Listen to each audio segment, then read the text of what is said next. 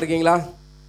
Okay, உங்கள் பக்கத்தில் இருக்கக்கூடிய கரங்களை பிடிச்சி இந்த மாதத்துடைய வாக்குத்தத்தத்தை பகிர்ந்து கொள்ளலாமா? உங்கள் கூடாரம் சமாதானத்தோடு கூட இருக்க காண்பீர்கள். ஆமென். எத்தனை பேர் வீட்டில் ஆண்டவர் சமாதானத்தை கொடுத்துருக்கிறார்? அப்போ நல்ல உற்சாகமாக இந்த காலை வேளையில் ஆண்டவர் ஆராதிக்கணும். ஆமென். நம்ம இந்த விசேஷ கூட்டங்களை கற்றுக்கொண்ட பாடல்களை பாடி நம்ம துதிக்க போகிறோம், ஆண்டவர் மகிமைப்படுத்த போகிறோம்.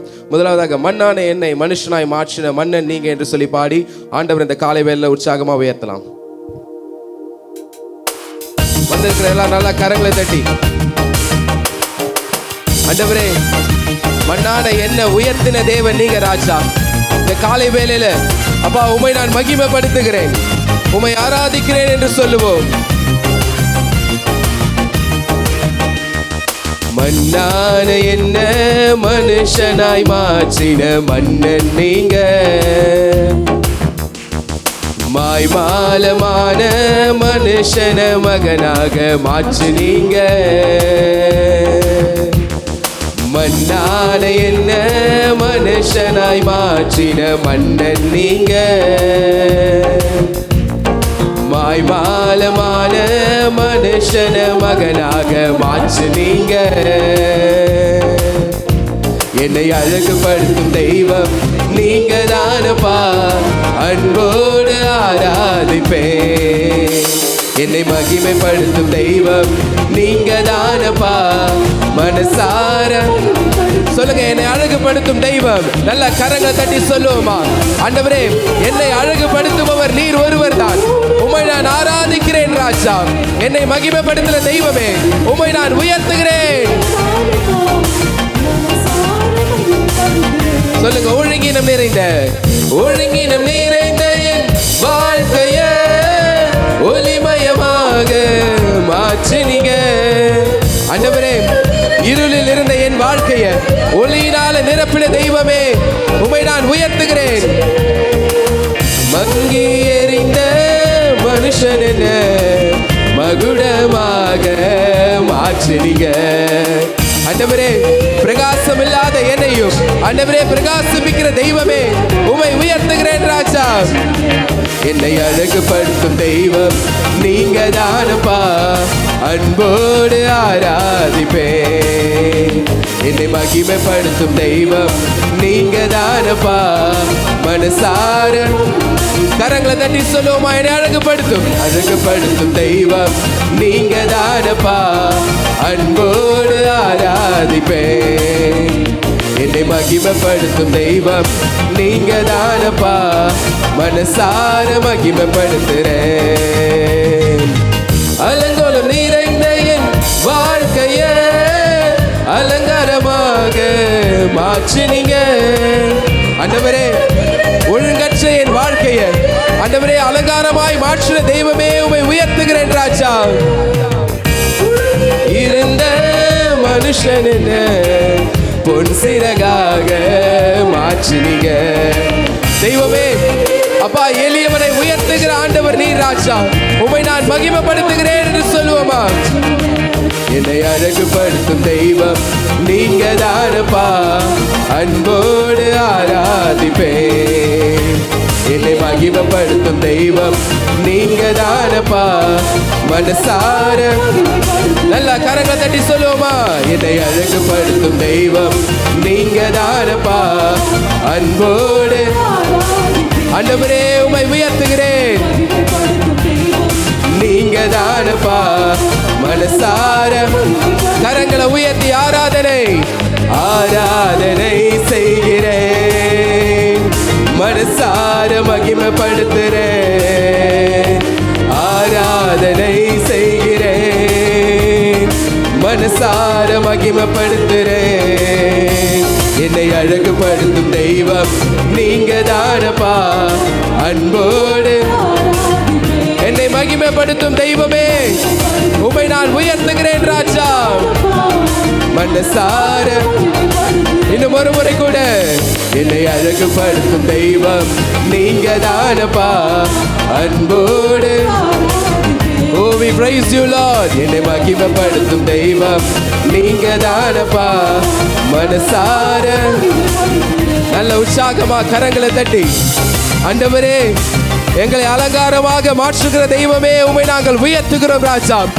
புழுதியில் இருந்த எண்ணெயும் எடுத்து ஆண்டவரே கண்மலை மேல உயர்த்து வைத்திருக்கிற தேவன் ராஜா. நீங்க உமக்கே எல்லா துதியும் கனமும் மகிமையும் செலுத்துகிறேன் என்று சொல்லி உற்சாகமா மனசார ஆண்டவரை உயர்த்துவோமா. ஆண்டவரே உம்மை நான் துதிக்கிறேன், உம்மை ஆராதனை செய்கிறேன் ராஜா. நன்றி நன்றி நன்றி ஆண்டவரே. We praise you Lord. உயர்த்துகிறோம் ராஜா. நன்றி. ஹல்லேலூயா. உங்க பக்கத்துல இருக்கவங்களுடைய கரங்களை பிடிச்சு அவங்க முகத்தை பார்த்து சொல்லுங்க, பிரதர் சிஸ்டர், உங்க வாழ்க்கையில எவ்வளவு கஷ்டம் இருந்தாலும் ஒரு நாளும் புலம்பாதீங்க. ஆண்டவர் உங்களை உருவாக்கினவர், அவர் சகலத்தையும் நேர்த்தியாய் செய்து முடிப்பார். ஆமென். இது நல்ல ஒரு பாடல், நம்முடைய போதகர் எழுதின புதிய பாடல், அழகான வாழ்க்கை இது, அழுதழுது புலம்பாதே. அந்த பாடலை பாடி இந்த காலை வேளையில உற்சாகமா மனதார ஆண்டவரை துதித்து மகிமைப்படுத்துவோம்.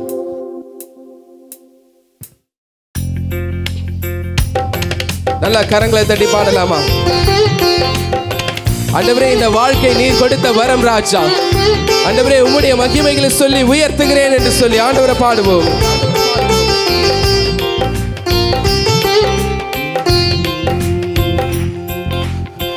அழகான வாழ்க்கை இது, அழுதழுது புலம்பாதே. கர்த்தர் தந்த வரம் இது, கண்ணீரை சிந்தாதே. நல்ல கரங்களை தட்டி ஆண்டவரே நீர் கொடுத்த அழகான வாழ்க்கை இது ராஜா.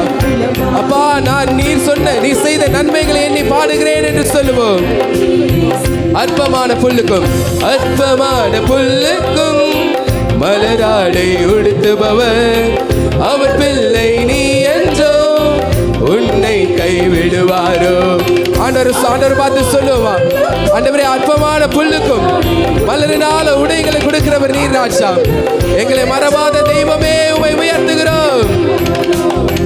அழகான வாழ்க்கை இது, அழுதழுது புலம்பாதே. கர்த்தர் தந்த வரம் இது, கண்ணீரை சிந்தாதே. அழகான வாழ்க்கை இது, அழுதழுது புலம்பாதே. கர்த்தர் தந்த வரம் இது,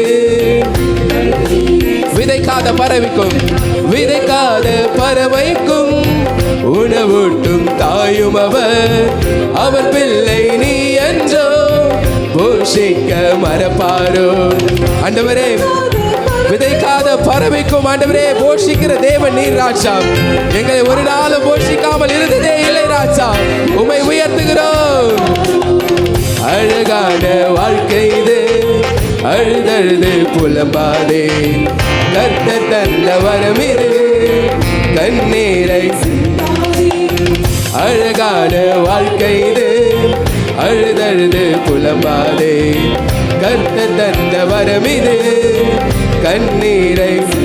உலகத்தின் பாரத்தை உலகத்தின் பாரத்தை தன் தோளில் சுமந்தாரே, அவர் பிள்ளை நீ என்றோ உன் பாரம் சுமப்பாரே. ஆண்டவரே உலகத்தின் பாவத்தை சுமந்து தீர்த்த தேவாட்டுக்குட்டியே, எங்களுடைய பாரங்களை ஏற்றுக்கொள்ளுகிறவர் நீர் ராஜா. உம்மை மகிமைப்படுத்துகிறேன்.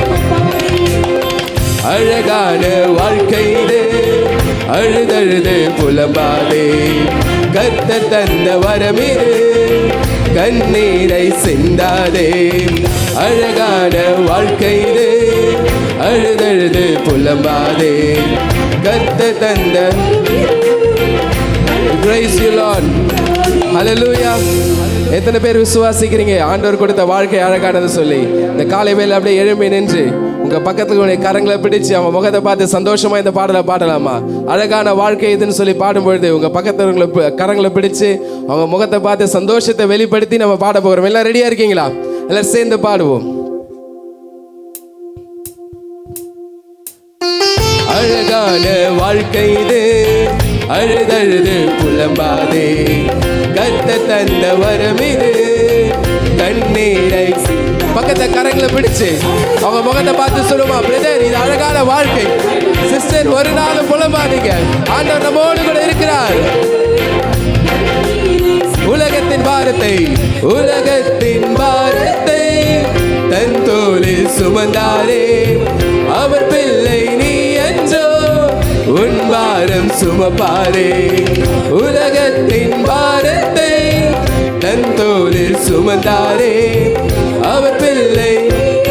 ஆமென். பக்கத்தை கையை பிடிச்சு சொல்லுவோமா? அழகான வாழ்க்கை இது, அழுதழுது புலம்பாதே, கர்த்தர் தந்த வரம் இது, கண்ணீரை சிந்தாதே. அழகான வாழ்க்கை இது, அழுதழுது புலம்பாதே, கர்த்தர் தந்த வரம் இது. ஹல்லேலூயா. நல்ல உற்சாகமா கரங்களை தட்டி ஆண்டவரே, நீர் கொடுத்த அழகான வரமான வாழ்க்கைக்காக நன்றி செலுத்துகிறோம் ராஜா. எங்களை ஒரு நாளும் போஷிக்க மறவாத தேவன் நீர், எங்களை கைவிடாத தேவன் நீர் ராஜா. உம்மை நாங்கள் உயர்த்துகிறோம், உம்மை நாங்கள் மகிமைப்படுத்துகிறோம். எங்கள் பாவங்களையும் எங்கள் சாபங்களையும் சிலுவையில சுமந்து தீர்த்த தேவாட்டுக்குட்டியே, உம்மையே உயர்த்துகிறேன் என்று சொல்லி நல்ல உற்சாகமா கரங்களை தட்டி உள்ளத்தின் ஆழத்திலிருந்து ஆண்டவருக்கு நன்றி சொல்லுவோமா? அவர் கொடுத்த அழகான வாழ்க்கை இது. ஆண்டவரே நன்றி நன்றி நன்றி ராஜா. உள்ளத்தின் ஆழத்திலிருந்து உம்மை நாங்கள் மகிமைப்படுத்துகிறோம். Oh, we praise you Lord. Hallelujah. இந்த காலை வேலையில கூட ஆவியானவரை இந்த வேலையில் நாம் வரவேற்புகிறோம். எத்தனை பேர் உற்சாகமா இருக்கிறீங்க? ஆண்டவரே, இந்த கடைசி நாட்களில் ஆண்டவரே உம்முடைய மகிமையான எழுப்புதல் ஆண்டவரே எங்கள் சபையில காணப்பட வேண்டும் ராஜா, எங்க வாழ்க்கையில காணப்பட வேண்டும், எங்கள் குடும்பத்தில் காணப்பட வேண்டும் என்று சொல்லுகிறவங்களா? நல்ல உற்சாகமா கரங்களை தட்டி ஆவியானவரை வரவேற்போமா? பரிசுத்த ஆவியினால நம்பிக்கை பெருகும்படிக்கு விசுவாசத்தின் தேவன் இந்த காலை வேளையில நம்ம எல்லாவித சந்தோஷத்தினாலும் சமாதானத்தினாலும் நிரப்ப போதுமானவராக இருக்கிறார். ஆண்டவரே, எங்களை நிரப்புங்க ராஜா. உம்முடைய அக்கினியின் அளவு எங்க வாழ்க்கையில பெருகட்டும், உம்முடைய அபிஷேகத்தின் அளவு எங்க வாழ்க்கையில பெருகட்டும். ஆண்டவரே, உம்முடைய எழுப்புதலின் அளவு எங்க வாழ்க்கையில பெருகட்டும் என்று சொல்லி இந்த காலை வேளையில இந்த பாடலை பாடி ஆவியான ஒரு உற்சாகமா வரவேற்போம். அக்கினியின் அளவு பெருகட்டுமே என்று சொல்லி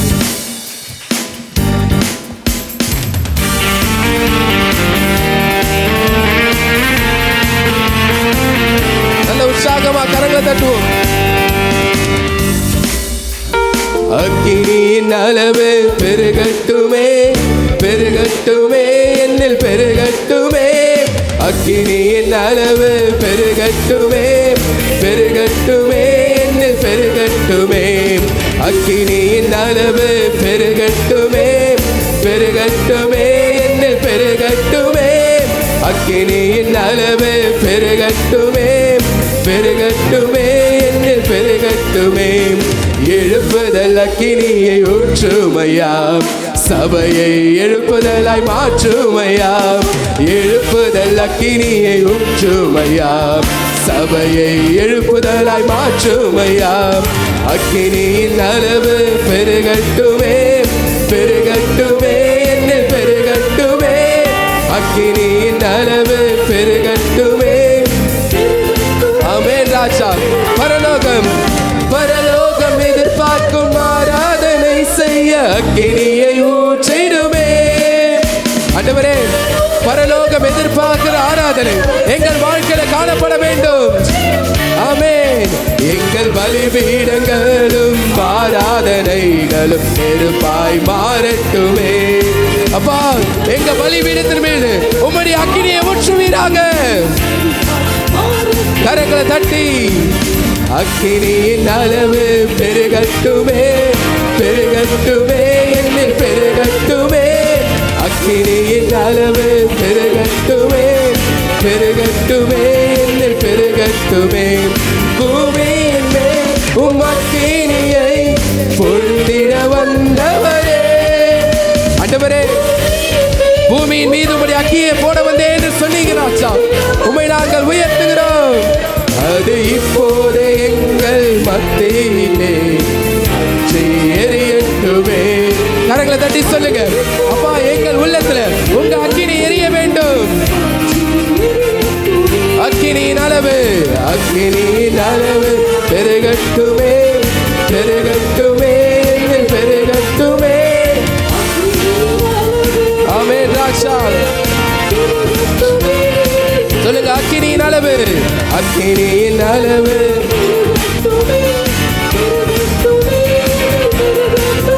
Oh, we praise you Lord. சிலுவை மரணத்தால் சாத்தானை ஜெயித்த ஆண்டவர், சிலுவையின் மரணத்தால் சாத்தானை ஜெயித்த இயேசுவின் நாமத்தினால். சிலுவையின் மரணத்தால் சாத்தானை ஜெயித்த இயேசுவின் இரத்தத்தினால் எங்கள் தேசத்தின் பொல்லாத ஆவிகள் எல்லாம் அக்கினியால் எரியட்டுமே. எங்கள் தேசத்தின் பொல்லாத ஆவிகள் எல்லாம் அக்கினியால் அழியட்டுமே. கரங்களை தட்டி அக்கினியின் அளவு பெருகட்டுமே, பெருகட்டுமே, என்னில் பெருகட்டுமே. Glory, glory, glory. ஆண்டவரே உம்மை நாங்கள் உயர்த்துகிறோம். சொல்லுங்க, அக்கினியின் அளவு, அக்கினியின் அளவு பெருகட்டுமே, பெருகட்டுமே, என்னில் பெருகட்டுமே. அக்கினியின் அளவு பெருகட்டுமே, பெருகட்டுமே, என்னில் எழுப்புதல், எழுப்புதல் அக்கினியை ஊற்றுமையாம், சபையை எழுப்புதலாய் மாற்றுமையாம். எழுப்புதல் அக்கினியை ஊற்றுமையாம், சபையை எழுப்புதலாய். சொல்லுங்க, எழுப்புதல், எழுப்புதல் அக்கினியை ஊற்றுமையாம், சபையை எழுப்புதலாய் மாற்றுமையாம். எழுப்புதல் அக்கினியை ஊற்றுமையாம், சபையை எழுப்புதலாய். அக்கினியின் அளவு, அக்கினியின் அளவு. ஆமென், ஆமென் ராஜா.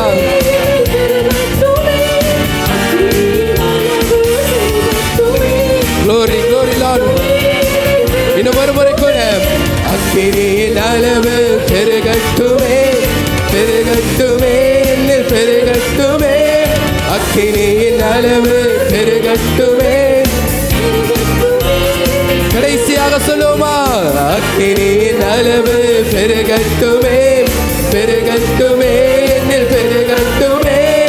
அக்கினியின் அளவு. Praise you Lord. உம்மை நாங்கள் உயர்த்துகிறோம், நாங்கள் உயர்த்துகிறோம். நல்ல உற்சாகமா கரங்களை தட்டி ஆண்டவரை மகிமைப்படுத்துவோமா? ஆவியானவரே உம்மை நாங்கள் உயர்த்துகிறோம். அபிஷேகம் பெற்ற யாவரும் அந்நிய பாஷைகளை பேசி ஆண்டவரை உயர்த்துவீங்களா? ஆண்டவர் கொடுத்த வாக்குத்தத்தங்கள் இந்த காலை வேளை அறிக்கையிட்டு ஆண்டவரை மகிமைப்படுத்துவோமா? ரிகலனமா ரீதி அந்தரபோ சங்கலனமா ஷதுதி அந்தரபோ தூரலனமா ரீதி அந்தரபோ. ஆண்டவரே உம்முடைய மகிமை எழும்பட்டும் ராஜா, உம்முடைய அக்கினி எழும்பட்டும் ஆண்டவரே. எங்க வாழ்க்கையில உம்முடைய அபிஷேகத்தின் அளவு பெருகட்டும் ஆண்டவரே, உம்முடைய அக்கினியின் அளவு பெருகட்டும், உங்க எழுப்புதல் அளவு பெருகட்டும் ஆண்டவரே. நல்ல உற்சாகமா கரங்களை தட்டி ஆண்டவர் மகிமைப்படுத்துவோம். உங்கள் நீதியின் விளைச்சலை வர்த்திக்க செய்வேன் சொன்ன ஆண்டவர் இந்த வருடத்தில் அவர் சொன்ன வாக்குத்தத்தத்தை நிச்சயமாய் நிறைவேற்ற போகிறார். ஆண்டவரே உம்மை நாங்கள் உயர்த்துகிறோம் அப்பா. நல்ல உற்சாகமா கரங்களை தட்டி ஆண்டவரே எங்கள் மீது உம்முடைய அபிஷேகத்தை ஊற்றுங்க ராஜா. இந்த காலை வேளையில உம்முடைய அக்கினி எங்கள் உள்ளத்துல பற்றி எரியும்படியாக தேவனே எங்களை நிரப்புங்கப்பா என்று சொல்லி நல்ல உற்சாகமா கரங்களை தட்டி ஆண்டவர் மகிமைப்படுத்துவோம். ரிபலரணமா ரிக்கிதியந்தரபோ சங்கலரணமா ஷதுதியந்தரபோ துரலனமா ரிதியந்தரபோ.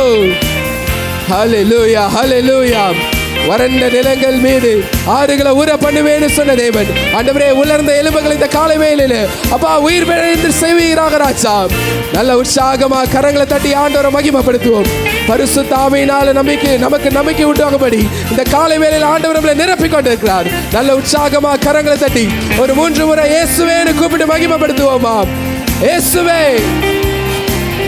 இயேசுவே, இயேசுவே. நல்ல உற்சாகமா கரங்களை தட்டி உள்ளத்தின் ஆழ்த்திருந்து ஆண்டவரே கடந்த 4 மாதங்கள் எங்களை கண்ணின் மணி போல பாதுகாத்து வந்திருக்கிறீங்க ராஜா. நன்றி செலுத்துகிறோம். ஒவ்வொரு நாளும் எங்களை போஷித்தீரே, நன்றி ஆண்டவரே. உள்ளத்தின் ஆழத்திலிருந்து ஆண்டவர் உங்களுக்கு செய்த நன்மைகளை எண்ணி ஆண்டவரை துதிக்க ஆரம்பிங்க. ஒவ்வொரு நாளும் கண்ணின் மணி போல பாதுகாத்த தெய்வம் அவர். ஆண்டவரே உம்மை நாங்கள் மகிமைப்படுத்துகிறோம் ராஜா. நன்றி, நன்றி, நன்றி ஆண்டவரே. நல்ல உற்சாகமா கரங்களை தட்டி ஆண்டவரை மகிமைப்படுத்துவோமா? We praise you Lord. எழுப்புதல் அக்கினியை ஊற்றுமையா, சபையை எழுப்புதலாய். எல்லாரும் சேர்ந்து சொல்லுவோமா? எழுப்புதல் அக்கினியை ஊற்றுமையா, சபையை எழுப்புதலாய். நல்ல உற்சாகமா கரங்களை தட்டி ஆண்டவரை மகிமைப்படுத்துவோமா? நன்றி, நன்றி, நன்றி ராஜா. எங்களை நிரப்புவதற்காக நன்றி என்று சொல்லி ஆண்டவரை மகிமைப்படுத்துவோம்.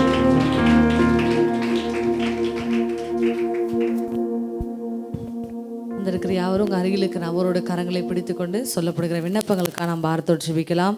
முதலாவதாக கூட நம்முடைய சபைக்கான ஜெபிப்போம். நாளை முதல் நம்முடைய சபையில் நடைபெற இருக்கிற சிறு பிள்ளைகள் விபிஎஸ் அந்த காரியத்தை தேவன் தாமே பொறுப்படுத்திக் கொள்ள முடியாக 300 புதிய பிள்ளைகள் இந்த நாட்களில் வந்து பங்கு பெறக்கூடிய கிருபை தரணும். அது இல்லாமல் நம்முடைய சபையில் இருக்கிற பிள்ளைகளும் பங்கு பெற்று தேவனுடைய ஆசீர்வாதத்தை பெறக்கூடிய கிருபை தரணும். எல்லா வாரத்தோடு ஜெபிக்கலாமா? ஸ்தோத்திரம் ஆண்டவரே, மே துதிக்க ராஜா. நாளை முதல் எங்கள் சபையில் நடைபெற இருக்கிற விபிஎஸ்னுடைய கரத்தில் கொடுக்கிறோம். தேவன் தாமே ராஜா, சிறு பிள்ளைகள் ஆண்டவரே அப்பாவுடைய வழி நேராக நடக்கூடிய கிருபை தாங்க. இந்த நாளில் கூட தகப்பனே ராஜா, அறியாத பிள்ளைகள் வந்து பங்கு பெற்று தேவனுடைய ஆண்டவருடைய ஆசீர்வாதத்தை பெறக்கூடிய கிருபை திரும்ப நாங்கள் ஜெபிக்கிறோம். எல்லா தடைகள் நீக்கி போடும் நாங்கள் ஜெபிக்கிறோம் அப்பா. காலநிலைகளை சாதகமாய் மாற்றித்தாங்க. தெய்வ கரம் தாமை கொடுத்து நடத்தும்படியாக நாங்கள் ஜெபிக்கிறோம்.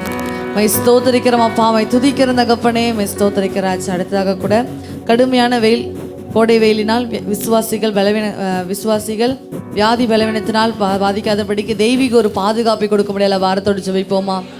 ஸ்தோத்திரம் ஆண்டவரே, மை துதிக்க ராஜா. வேலை கூட தகப்பனே ராஜா, விசுவாச பிள்ளைகளுக்கு சமூகத்தில் வருகிறோம். தேவன் நீர் தாமே ராஜா ஒவ்வொருத்தரையும் பாதுகாத்து கொள்ளுங்க. இந்த கோடை வெயில்னால எந்த விதமான பலவீனங்களோ எந்த விதமான வியாதிகளும் வராதபடிக்கு தெய்வ கரம் தாமை மூடிக்கொள்ள முடியாது நாங்கள் ஜெபிக்கிறோமப்பா. உன்னத கரத்தினால மூடிக்கொள்ளப்படுற தயவுகளுக்காக உமக்கு நாங்கள் நன்றி செலுத்துகிறோம். இந்த நாமத்தை நாங்கள் மகிமைப்படுத்துகிறோம் அப்பா. மை ஸ்தோத்தரிக்கிற தகப்பனே அப்பா, மை துதிக்க ராஜா, மை ஸ்தோத்தரிக்க ராஜா. அடுத்தாக கூட சென்னையில் கோடை வெயிலின் தாக்கம் குறையவும் பரவலாக கோடை மழை பெய்யக்கூடிய கிருபை தர முடியல. வாரத்தோடு ஜெபிப்போமா? ஸ்தோத்திரம் ராஜா, மை துதிக்கிற தகப்பனே. இந்த வேலையில கூட தகப்பனே ராஜா, அங்கே தமிழகத்தில் காணப்படுகிற இந்த அப்பா அந்த கோடை வெயிலினால் இருக்கிற எல்லா உஷ்ணங்கள் தனியத்தக்கதாக தேவன் தாமே ராஜா இந்த பூமியை குளிரிக்கப்படும் நாங்கள் ஜெபிக்கிறோம் ராஜா. கோடை மழையினால் நிரப்ப முடிய நாங்கள் ஜெபிக்கிறோம். ஒரு தெய்வீக ஆசீர்வாதத்தை கொடுத்து நடத்த முடிய நாங்கள் ஜெபிக்கிறோம் அப்பா. என் தேவனின் அப்படியே செய்கிற கிருபைகளுக்காக உமக்கு நன்றி செலுத்தகப்பனே. ஸ்தோத்திரம் ஆண்டவரே, மை துதிக்க ராஜா, மை துதிக்க ராஜா. அடுத்ததாக கூட காஷ்மீரில் பகல்காமில் நடைபெற்ற தீவிரவாதிகளால் பாதிக்கப்பட்ட யாவருக்கும் நீதி கிடைக்க நம்முடைய தேசத்தை தேவன் பாதுகாத்து ரட்சிக்க முடியல. பாரத்தோடு ஜெபிக்கலாமா? ஸ்தோத்திரம் ராஜா, மை துதிக்கிற தகப்பனே. கடந்த நாட்கள் ஏற்பட்ட இந்த தீவிரவாத தாக்குதலால் பாதிக்கப்பட்டு மறித்து இதனால் காயப்பட்ட மருத்துவமனையில் இருக்கிற ஒவ்வொரு குடும்பத்தையும் தேவன் நீர் தாமே ஆறுதல் படுத்தும் நாங்கள் ஜெபிக்கிறோம் அப்பா. என் தேவன் தாமே ராஜா ஒரு நீதி கிடைக்கூடிய கிருபை தாங்க. இப்படிப்பட்ட சூழ்நிலை இந்திய தேசத்தில் நீ வரும் நாட்கள் நடைபெறாத படிக்கு ஒரு தெய்வீக பாதுகாப்பை எங்கள் மக்களுக்கு நீர் தரும்படிய நாங்கள் ஜெபிக்கிறோம். எங்கள் இந்திய தேசம் ரட்சிக்கப்படக்கூடிய கிருபை தாங்க ராஜா. எல்லா விதமான வன்முறைகள், எல்லா விதமான பிரச்சனை ஆவிகள் இயேசுவின் நாமத்தில் நிர்மூலமாக்கி ஒரு தெய்வ சமாதானத்தால் நிரப்பும்படியாக நாங்கள் ஜெபிக்கிறோம். இங்கே இந்த தேசத்தினுடைய கரத்தில் கொடுக்குற ராஜா ஒரு எழுப்புதலின் தீயானது பற்றி எறியக்கூடிய கிருபை தரும்படியாக நாங்கள் ஜெபிக்கிறோம் அப்பா. மை ஸ்தோத்தரிக்கிறோம் அப்பா, மை துதிக்கிற தகப்பனே, மை ஸ்தோத்தரிக்கிற ராஜா. அந்த வெளியில கூட நீங்கள் யாரோட கரம் கோத்திருக்கீங்க, உங்களுடைய பெயர் அவருடைய ஜெபத்தை வைக்கிட்டு ஒருவருக்கு ஒரு பாரத்தொற்று வைப்போம்.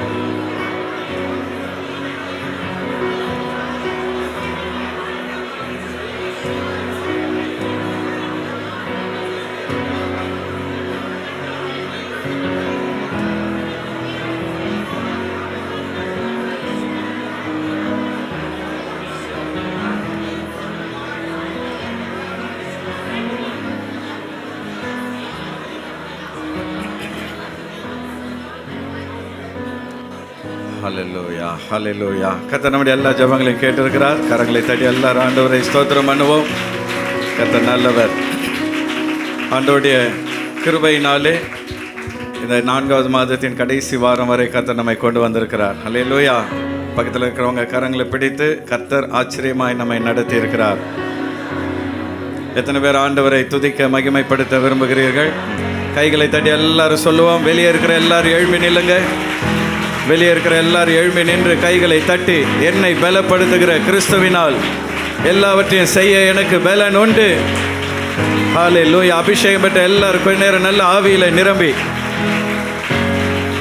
வருகிற மாதம் பெந்தேகோஸ்தே மாதம், பரிசுத்த ஆவியின் அபிஷேகம் ஹல்லேலூயா பூமியில் இறங்கின மாதம். அக்கினியை போட வந்தேன், அது இப்பொழுதே பற்றி எரிய வேண்டும் என்று விரும்புகிறேன் என்று நம்முடைய ஆண்டவர் சொல்லியிருக்கிறார். சபையில் இருக்கிற எல்லாரும் அக்கினியாய் மாறணும். நல்ல கைகளை தட்டி, குளிர்ந்து போன வாழ்க்கை மாறுவதாக, சோர்ந்து போன வாழ்க்கை மாறுவதாக, பின்மாற்ற வாழ்க்கை மாறுவதாக. ஹல்லேலூயா. நல்ல கைகளை தட்டி ஆவியிலே நிரம்பி வாய்களை திறந்து பின்னாடி முன்னாடி இருக்கிற உள்ள வெளியே இருக்கிற எல்லாரும், ஆவியானவரே எங்களை அபிஷேகிப்பீராக, எங்களை பலப்படுத்துவீராக. என்னால் முடியல இனிமே சொல்லாதீங்க. என்னை பலப்படுத்துகிற கிறிஸ்துவினால் எல்லாவற்றையும் செய்ய எனக்கு பலன் உண்டு. என்னால் முடியும். ஆவியானவர் எனக்குள் இருக்கிறார். ஹல்லேலூயா, ஹல்லேலூயா, ஹல்லேலூயா.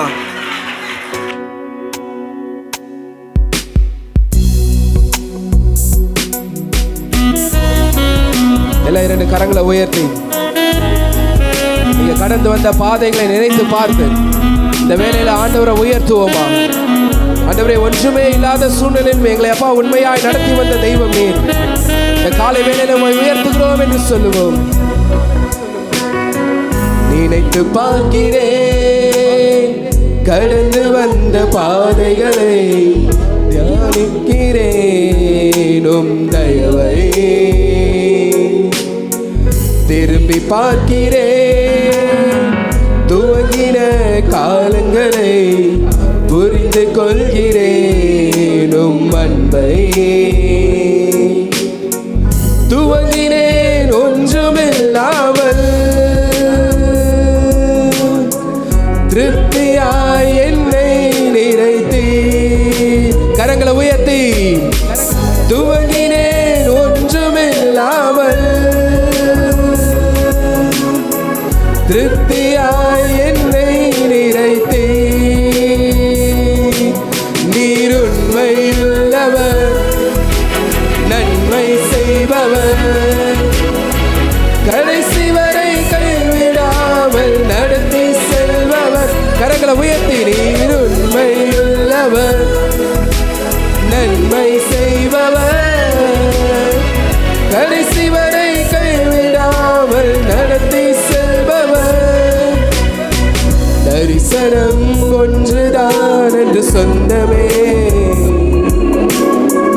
கையில் ஒன்றுமில்லை அன்று என்னிடமே. கரங்களை உயர்த்தி சொல்லும், ஆண்டவரே அப்பா, நீங்க கொடுத்த தரிசனம் ஒன்றுதான் ராஜா எங்களுக்கு சொந்தமா இருந்தது. எங்கள் கைகளில் ஒன்றுமே இல்லாத சூழ்நிலையிலும் தேவன் நீர் எங்களை தலைகுனியாமல் நடத்தினீர். தரிசனம் தந்தவர் என்னை நடத்தினீர், தலைகுனியாமல் என்னை உயர்த்தினீர். கரங்களை உயர்த்தி சொல்லுவோமா? ஆண்டவரே, தரிசனம் தந்தவர் நீர் எங்களை நடத்தி வந்த தெய்வம் ராஜா. ஒரு நாளும் தலைகுனியாமல் எங்களை உயர்த்தினீரே. கரங்களை அசைத்து, நீர் உண்மையுள்ளவர், நன்மை செய்பவர், கடைசி வரை கைவிடாமல் நடத்தி செல்பவர். நீர் உண்மையுள்ளவர், நன்மை செய்பவர், கடைசி வரை கைவிடாமல் நடத்தி செல்பவர். ஏங்கி பார்த்த நன்மைகள் இன்று என்னிடமே, நிரம்பி வழியும் ஆசை எனக்கு தந்தீரே. கரங்களை உயர்த்தி பாடுவோம். ஆண்டவரே, உம்மிடம் வந்து ஏங்கி பார்த்த நாட்கள் அநேகம் ராஜா. நீர் என்னுடைய வாழ்க்கையை அப்பா உம்முடைய நன்மையினால நிரப்பினீரே. நன்றி ராஜா. குறைவிலும் உண்மையா என்னை நடத்தினீர், உம் கிருபை அளவில்லாமல் பொழிந்தீர். குறைவிலும் உண்மையா என்னை நடத்தினீர்,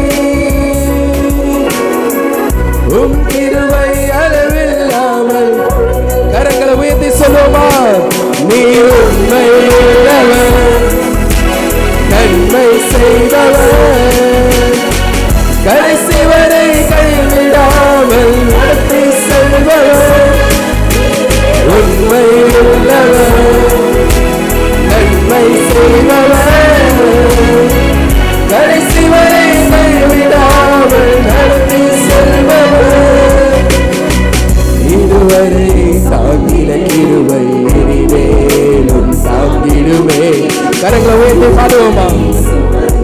ஆண்டவரே இதுவரை எங்களை தாங்கின கிருபை இனியும் தாங்கும் ராஜா. இதுவரை தாங்கின கிருபை இனிமேலும் தாங்கிடுமே. இதுவரை கரங்களை உயர்த்தி உயர்த்த சத்தமா சொல்லுவோமா? இதுவரை தாங்கின கிருபை இனிமேலும் தாங்கிடுமே. இதுவரை சுமந்த கிருபை இனிமேலும் சுமந்திடுமே.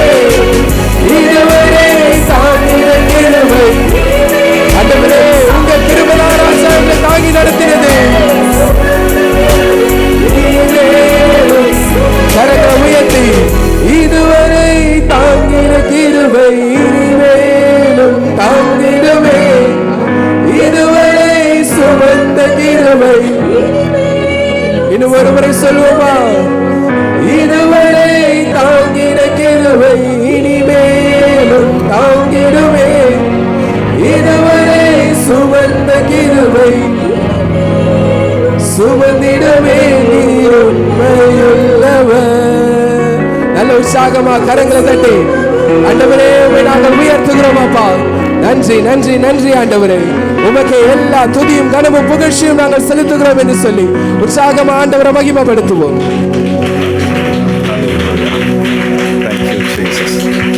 காலை வேளையிலே விசேஷ தேவையோடு யாராவது வந்திருப்பீர்கள் என்றால் உங்கள் கரங்களை உயர்த்தி காண்பிக்க அன்பாய் கேட்கிறேன். அநேக கரங்கள் உயர்த்தப்பட்டிருக்கிறது. கண்களை மூடி கர்த்தரை நோக்கி நாம் ஜெபிப்போம். நல்ல தகப்பனே, இந்த காலை வேளையிலே உம்முடைய நாமத்தை உயர்த்துகிறோம். கர்த்தாவே, இந்த ஆராதனையில் நீர் மகிமைப்பட்டதற்காக உம்மை ஸ்தோத்தரிக்கிறோம்.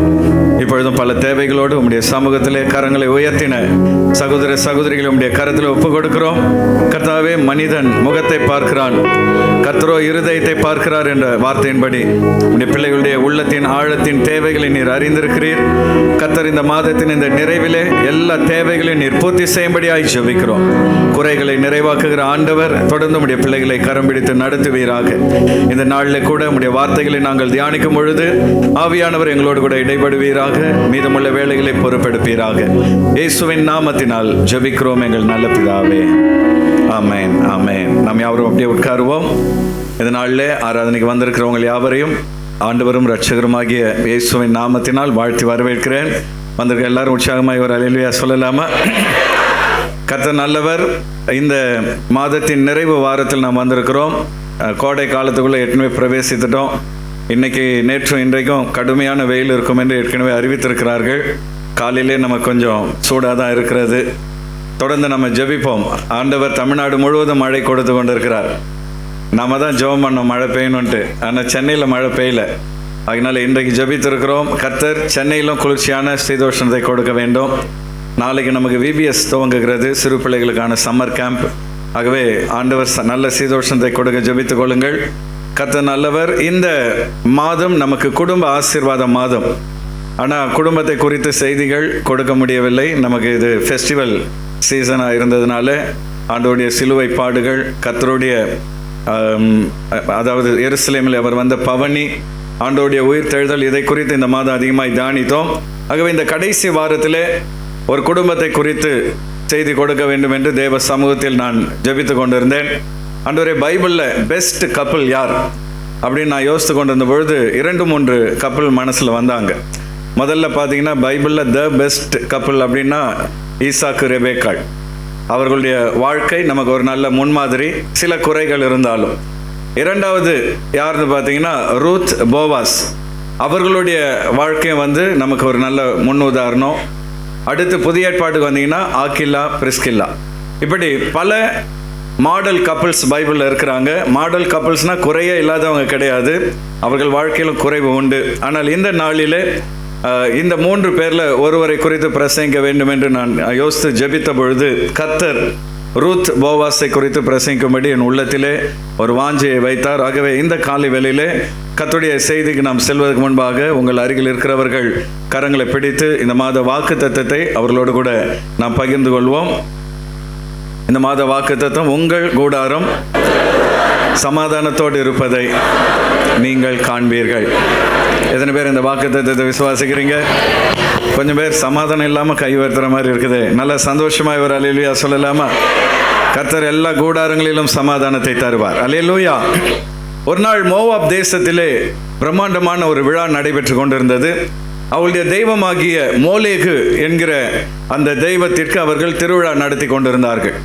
அந்த தேசத்தின் ராஜாவாகிய எக்லோனின் பேத்தி அந்த இளவரசி அந்த பண்டிகைக்கு அழைக்கப்பட்டிருந்தாள்.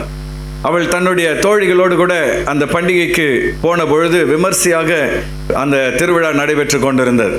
திருவிழாவின் முடிவிலே மோலேகுக்கு முன்பாக விறகுகள் போடப்பட்டு நெருப்பு பயங்கரமாய் பற்றி எரிய துவங்கினர். அப்பொழுது அதிர்ச்சிகரமான ஒரு சம்பவம் நடந்தது. அந்த இடத்திலே அநேக பெற்றோர்கள் தங்களுடைய கை குழந்தைகளை கொண்டு வந்து அந்த நெருப்பிலே நரபலியாக போடுகிறதை பார்த்தார்கள். அந்த குழந்தைகளை நெருப்பில் போடும் பொழுது அது பயங்கரமாய் கத்தி அழுகிறது. அந்த கூக்குரல் அந்த இடமெங்கும் நிரம்பினது. அப்பொழுது அந்த இடத்திலே அதை பார்த்து கொண்டிருந்த அந்த இளவரசியின் உள்ளம் உருகினது. ஐயோ, பச்சை குழந்தைகள் இப்படி நெருப்பிலே போட்டு நரபலி கொடுக்கிறார்களே, கடவுள் என்றால் இப்படி நரபலி கேட்குமா? அப்படி என்றால் உண்மையான தெய்வம் யார் என்ற கேள்வி அவளுக்குள் எழும்பினது. அன்றைக்கு அவள் வீட்டுக்கு போன பொழுது உறக்கம் இல்லை. அந்த கேள்வி அவளுக்குள் வந்து கொண்டே இருந்த பொழுது அவளுடைய தோழிகள் சொன்னாங்க, அம்மா, நம்ம ஊருக்கு ஒரு வியாபார குடும்பம் வந்திருக்கிறது. எலிமெலேக்கு என்கிற அவருடைய குடும்பம் நம்மை போல விக்கிரகத்தை வணங்காமல் அவர்கள் ஆவியான தேவனை வழிபடுகிறார்கள் என்ற உடனே இவன் நேராக அவங்க வீட்டுக்கு போகிறாள். போய் அந்த ரூத், அந்த இளவரசி தான் ரூத், அந்த தேசத்தின் இளவரசி, நேராக நகோமி வீட்டுக்கு போறா. உங்கள் தெய்வத்தை குறித்து எனக்கு சொல்லுங்கள் என்று கேட்கிறாள். இஸ்ரவேலின் தேவனை குறித்து அவர்கள் சொன்ன பொழுது இவர்தான் மெய்யான தெய்வம் என்று அவள் ஏற்றுக்கொண்டாள். ஹல்லேலூயா. அதன் பின்பு நடந்தது சரித்திரம் நமக்கு தெரியும். அந்த நகோமியினுடைய ஒரு மகனை ரூத் மணந்து கொண்டாள். ரூத்துடைய அக்கா ஓர்பால் இன்னொரு மகனை மணந்து கொண்டார்கள். அவர்கள் தங்கள் தெய்வத்தை விட்டு இஸ்ரவேலின் தேவனை ஏற்றுக்கொண்டதினால் சமூகத்தால் புறக்கணிக்கப்பட்டார்கள். நீங்கள் புறக்கணித்தாலும் பரவாயில்ல, எனக்கு இஸ்ரவேலின் தேவன் போதும் என்று இருந்த சூழ்நிலையில் அங்கே அதிர்ச்சியான ஒரு சம்பவம் நடந்தது. எலிமெலேக்கும் அவருடைய 2 பிள்ளைகளும் மரித்து விடுகிறார்கள். நகோமி இப்பொழுது விதவையாய் மாறிவிடுகிறாள். இப்பொழுது பெத்லகேம் ஆண்டவரால் ஆசீர்வதிக்கப்பட்டது என்று அறிந்தவுடன் நகோமி மூட்டை முடிச்சுகள்லாம் கட்டிட்டு மருமக்கள் மாறி பார்த்து சொல்றாங்க, அம்மா, நீங்க இளம் பிள்ளைகள், அப்பா வீட்டுக்கு போய் ஒரு நல்ல மாப்பிள்ளையை பார்த்து கல்யாணம் பண்ணிக்கிடுங்க, நான் எங்க ஊரோடு போகிறேன் என்று அவள் புறப்பட்ட பொழுது ஓர்பால் போய்விட்டாள். ஆனால் ரூத்தோ நகோமியை உறுதியாய் பற்றி கொண்டாள். உம்முடைய தெய்வம் என்னுடைய தெய்வம், உம்முடைய ஜனம் என்னுடைய ஜனம், நான் ஒரு நாளும் திரும்பி போக மாட்டேன். ரூத் சொல்றா, மகளே, அங்க போனா சாப்பாடு இல்லை, அங்க போனால் தங்குவதற்கு இடம் இல்லை, கஷ்டங்கள் பாடுகள் பட வேண்டும். ரூத் சொல்றா, ஆண்டவரை அறிகிற அறிவுக்காக எல்லாவற்றையும் இழக்க நான் ஆயத்தமாக இருக்கிறேன், திரும்பி நான் போவதை குறித்து பேசாதீங்கன்னு சொல்லி பெத்லகேமுக்கு வருகிறாள். அந்த இடத்திலே ஆரம்பத்திலே மிகுந்த கஷ்டப்படுகிறாள். ஆனால் அவள் பட்ட கஷ்டங்களுக்கெல்லாம் பலன் தரும்படி அந்த தேசத்தின் ஜமீன்தார், அந்த பெத்லகேமினுடைய தலைவனாக இருந்த போவாஸ் ரூத்தை திருமணம் செய்கிறார். ஒரே நாளில் அவளுடைய வாழ்க்கை மாறிவிடுகிறது. ஹல்லேலூயா. கர்த்தருக்காக எதையெல்லாம் இழந்தாலோ அதையெல்லாம் ஆண்டவர் திரும்ப அவளுக்கு கொடுத்தார். அன்பான தேவ பிள்ளைகளே, இந்த ரூத் போவாஸ் வாழ்க்கை நமக்கு ஒரு நல்ல முன்னுதாரணமாய் காணப்படுகிறது. இந்த காலை வேளையிலே ரூத் போவாஸ் என்கிற தலைப்பிலே கர்த்தருடைய வார்த்தையை உங்களோடு பகிர்ந்து கொள்ள விரும்புகிறேன். நீங்க வீட்டுக்கு போய் அட்ட ஸ்ட்ரெச் ரூத் சரித்திரத்தை வாசித்து பாருங்க. இதை போல ஒரு பெண் உலகத்தில் உண்டா, இப்படி ஒரு நற்குணசாலி உண்டா என்று ஆச்சரியப்படுவீர்கள். ஒரு மாமியார் மருமகள் எப்படி இருக்க வேண்டும் என்பதற்கு ரூத்தும் நகோமியும் ஒரு முன்னுதாரணமாக இருக்கிறார்கள். நமக்கு நேரம் குறைவாக இருப்பதினால் சில வசனங்களை மாத்திரம் நம்ம வாசிப்போம். ரூத்தின் சரித்திரம் 1வது அதிகாரம் 15 முதல் 18 போகிறோம். பழைய ஏற்பாட்டிலே 335வது பக்கம், The Book of Ruth, chapter 1, verses 15 to 18. 15வது வசனத்தை நாம் வாசிக்கும் பொழுது அடுத்த வசனத்தை சபையார் வாசியுங்கள். மாறி மாறி இந்த வேத பகுதியை நாம் வாசிக்கலாம். 335வது பக்கம், ரூத்தின் சரித்திரம் 1வது அதிகாரம் 15 முதல் 18 வசனங்கள் வரை. 15வது வசனம், அப்பொழுது அவள், இதோ உன் சகோதரி தன் ஜனங்களிடத்திற்கும் தன் தேவர்களிடத்திற்கும் திரும்பி போய்விட்டாளே, நீயும் உன் சகோதரியின் பிறகே திரும்பி போ என்றாள். அதற்கு ரூத், நான் உம்மை பின்பற்றாமல் உம்மை விட்டு திரும்பி போவதை குறித்து என்னோட பேச வேண்டாம். நீர் போகும் இடத்திற்கு நானும் வருவேன், நீர் தங்கும் இடத்திற்கு நானும் தங்குவேன். உம்முடைய ஜனம் என்னுடைய ஜனம், உம்முடைய தேவன் நீர் மரணமடையும் இடத்தில் நானும் மரணமடைந்து அங்கே அடக்கம் பண்ணப்படுவேன். மரணமே அல்லாமல் வேறொன்றும் உம்மை விட்டு என்னை பிரித்தால் கர்த்தர் அதற்கு சரியாகவும் அதற்கு அதிகமாகவும் எனக்கு செய்ய கடவர் என்றாள். அவள் தன்னோடு கூட வர மன உறுதியாய் இருக்கிறதை கண்டு அப்புறம் அதை குறித்து அவளோட ஒன்றும் பேசவில்லை. ஆமென். 16வது வசனம் தான் ஹைலைட். எல்லாரும் சேர்ந்து அந்த வசனத்தை வாசிங்க. அதற்கு ரூத், நான் உம்மை பின்பற்றாமல் உம்மை விட்டு திரும்பி போவதை குறித்து என்னோட பேச வேண்டாம். நீர் போகும் இடத்திற்கு நானும் வருவேன், நீர் தங்கும் இடத்திலே நானும் தங்குவேன். உம்முடைய ஜனம் என்னுடைய ஜனம், உம்முடைய தேவன் என்னுடைய தேவன். கரங்களை வைத்து வர அல்லேலூயா சொல்லலாமா? எவ்வளவு பவர்ஃபுல் ஒரு ஸ்டேட்மெண்ட் பாருங்க. நீங்கள் ஆராதிக்கிற தெய்வம் தான் என்னுடைய தெய்வம். திரும்பி பழைய வாழ்க்கைக்கு போறதை பத்தி பேசவே பேசாதீங்க என்று வைராக்கியமாக அவள் அந்த நகோமியோடு புறப்பட்டாள். இந்த காலை வேளையில் அன்பான தேவ பிள்ளைகளே, இந்த ரூத்தின் சரித்திர புஸ்தகம் போவாஸின் சரித்திரம் என்றுதான் எழுதப்பட வேண்டும். ஏனென்றால் போவாஸ் தான் யூதா கோத்திரத்தில் பிறந்தவர், ஆண்டவர் இயேசு கிறிஸ்துவின் முன்னோடி, தாவீதனுடைய தாத்தா. இவ்வளவு சிறப்புகள் இருந்தாலும் கர்த்தர் இந்த புஸ்தகத்துக்கு போவாஸின் சரித்திரம் என்று பெயர் வைக்கவில்லை, ரூத்தின் சரித்திரம் என்று பெயரிட்டார். ஏனென்றால் ஒரு புறஜாதியிலே விக்கிரகத்தை வணங்குகிற ஒரு குடும்பத்தில் பிறந்தவள் இஸ்ரவேலின் தேவனை ஏற்றுக்கொண்டு இன்றைக்கு உங்களுக்கு எனக்கு ஒரு முன்மாதிரியாக காணப்படுகிறாள்.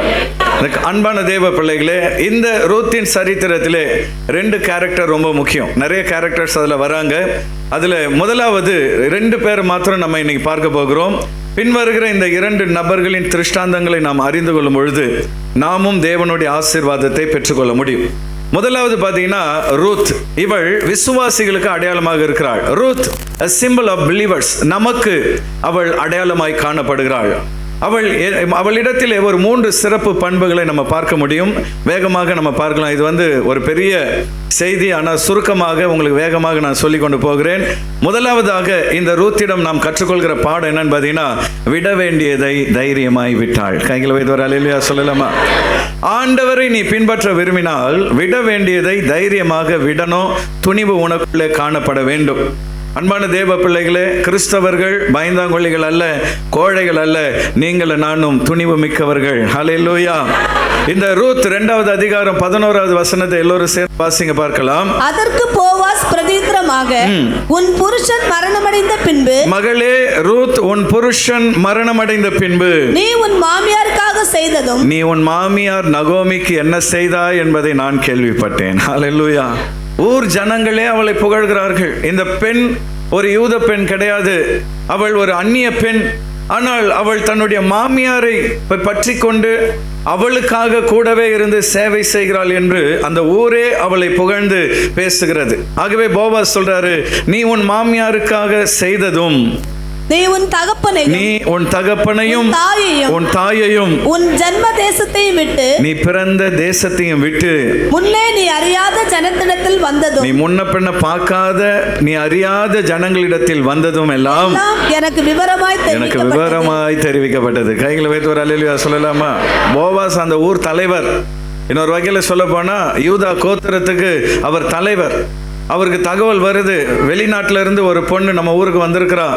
ஆனா அவளுடைய குணங்கள் எல்லாம் பார்க்கும்பொழுது ஆச்சரியமா இருக்கிறது என்று சொல்லி ரூத்தை குறித்த விவரங்கள் எல்லாம் போவாஸுக்கு தெரியப்படுத்தப்படுகிறது. போவாஸ் புட்டு வைக்கிறாரு, நீ இஸ்ரவேலின் தேவனை தேடி வரும்படி உன்னுடைய தெய்வங்களை புறக்கணித்து விட்டு வந்திருக்கிறாய். அல்லேலூயா. நீ இஸ்ரவேலின் தேவனை ஆராதிக்கும்படி உன் சொந்த இன பந்துக்கள் எல்லாம் விட்டு வந்திருக்கிறாய். எல்லாம் எனக்கு தெரிவிக்கப்பட்டது. இந்த ரூத்தை குறித்து சரித்திரம், அதாவது யூதர்களுடைய அந்த சரித்திரத்தில் நம்ம பார்க்கிறோம். ஒரு இளவரசியாக ஒரு ராஜா வீட்டில் பிறந்த பெண் அவள். அவளுடைய தாத்தா அவர் ஒரு பெரிய ராஜாவாக காணப்படுகிறார். அவருடைய தாத்தா பெயர் பைபிள்ல இருக்கிறது எக்லோன். இந்த எக்லோன் என்கிற அந்த மனிதனுடைய பேத்தியாக தான் இவள் இருக்கிறாள், ஒரு இளவரசி. ஆனால் எல்லாவற்றையும் தூக்கி போட்டு விட்டு எனக்கு இந்த இஸ்ரவேலின் தேவன் வேண்டும் என்று அவருடைய பின்பாக, நகோமியின் பின்பாய் அவள் வருகிறதை பார்க்கிறோம்.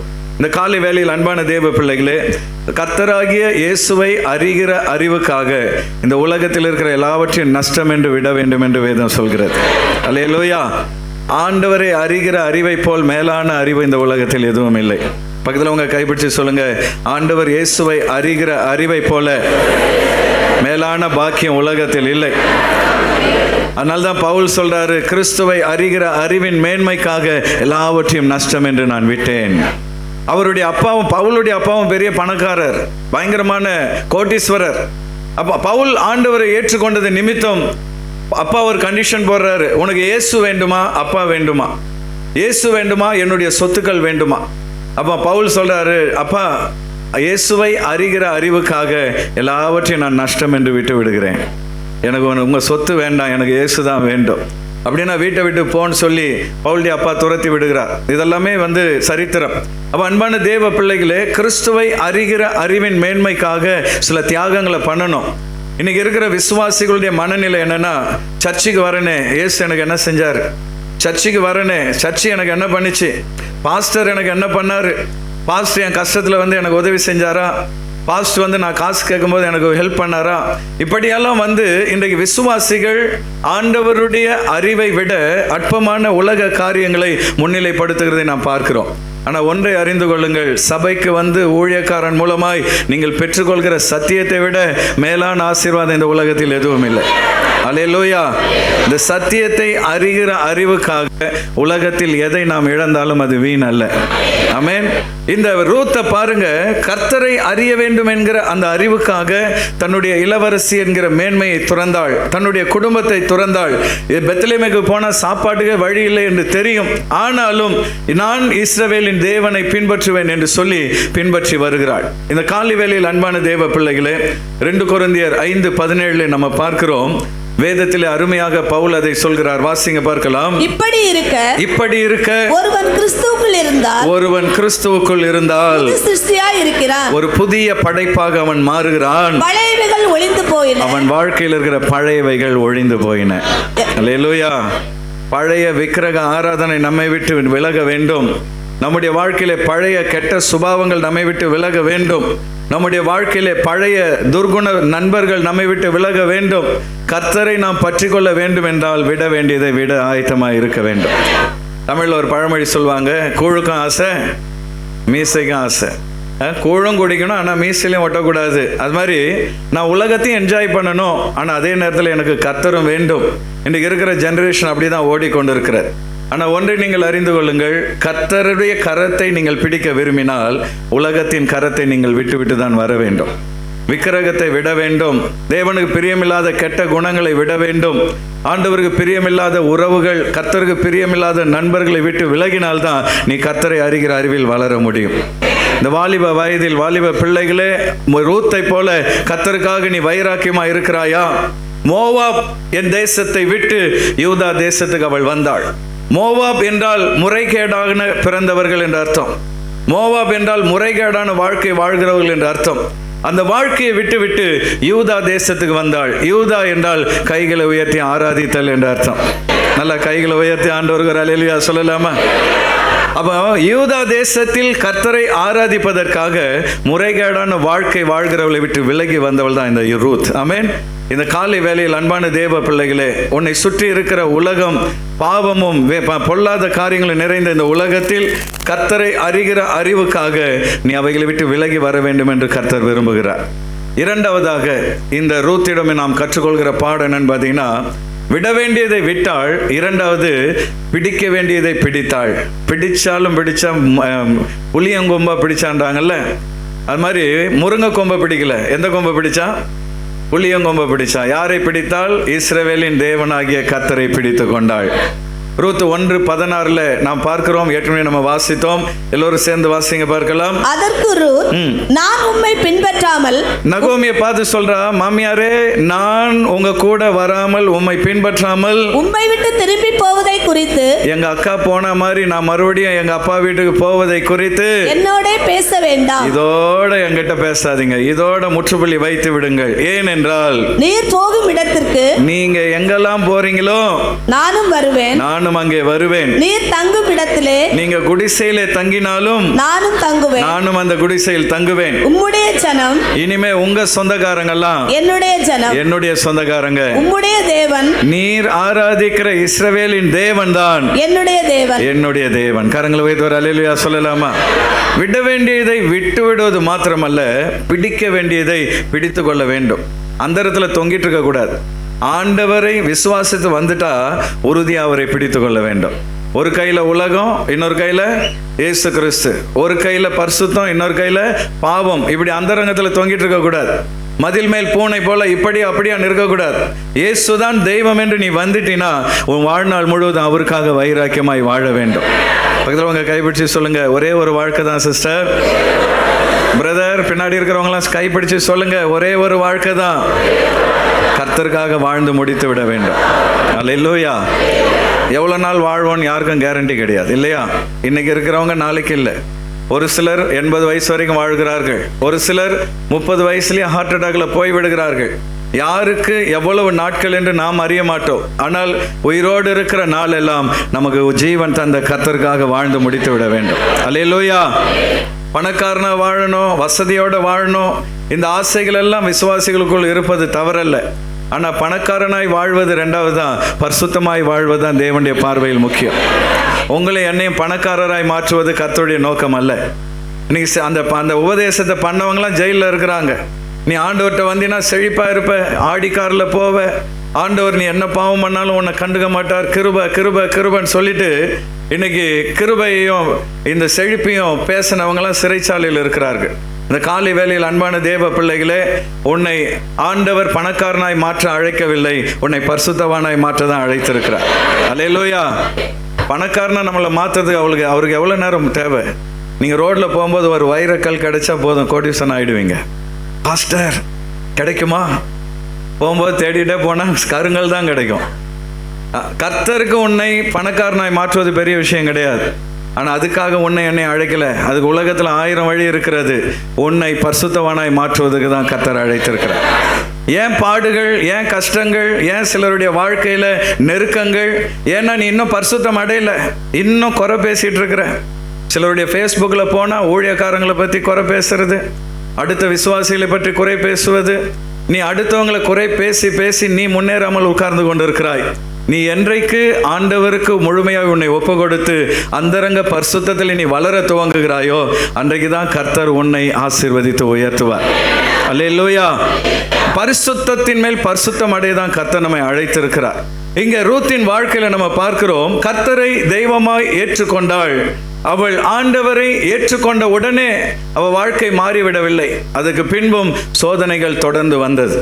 இந்த காலை வேளையில் அன்பான தேவ பிள்ளைகளே, விட வேண்டியதை விட்டுவிட்டால் போதாது, பிடிக்க வேண்டிய இயேசுவை உறுதியாய் பிடித்து கொண்டீர்களா? வேதத்தில் நம்ம பார்க்கிறோம், யோவான் 1வது அதிகாரம் 12வது வசனத்திலே அருமையாய் சொல்லப்பட்டிருக்கிறது. வாசியங்கள். அவருடைய நாமத்தின் மேல், பிதாவாகிய தேவனுடைய நாமத்தின் மேல் விசுவாசம் உள்ளவர்களாய் அவரை ஏற்றுக்கொண்டவர்கள் எத்தனை பேர்கள்? மன்னிக்க, இந்த இடத்திலே குமாரனாகிய இயேசு கிறிஸ்துவின் நாமத்தின் மேல் என்று வாசிக்கணும். குமாரனாகிய இயேசு கிறிஸ்துவின் நாமத்தின் மேல் விசுவாசம் உள்ளவர்களாய் இயேசு கிறிஸ்துவை ஏற்றுக்கொண்டவர்கள் எத்தனை பேர்களோ அத்தனை பேர்களும் தேவனுடைய பிள்ளைகளாகும்படி, பிதாவாகிய தேவனுடைய பிள்ளைகளாகும்படி அவர்களுக்கு அதிகாரம் கொடுத்தார். கரங்களை வைத்து ஒரு அல்லேலூயா சொல்லலாமா? இயேசுவின் நாமத்தின் மேல் விசுவாசம் வச்சா போதாது, அவரை இருதயத்தில் தெய்வமாய் ஏற்றுக்கொள்ள வேண்டும். அல்லேலூயா. பாஸ்டர், ஒரு பக்கம் நான் பழைய சாமியை வச்சுக்கிறேன், இன்னொரு பக்கம் இயேசுநாதரையும் வச்சுக்கிறேன். ஞாயிற்றுக்கிழமைனா சர்ச்சுக்கு வரேன், வெள்ளிக்கிழமைனா நான் குறிமேடைக்கு போகிறேன், அங்கே எங்கே போகிறேன்னு சொல்லி ஆற்றுல ஒரு கால் சேத்துல ஒரு கால் இருந்தால் ஆண்டவருடைய பிள்ளையாய் நீ மாற முடியாது.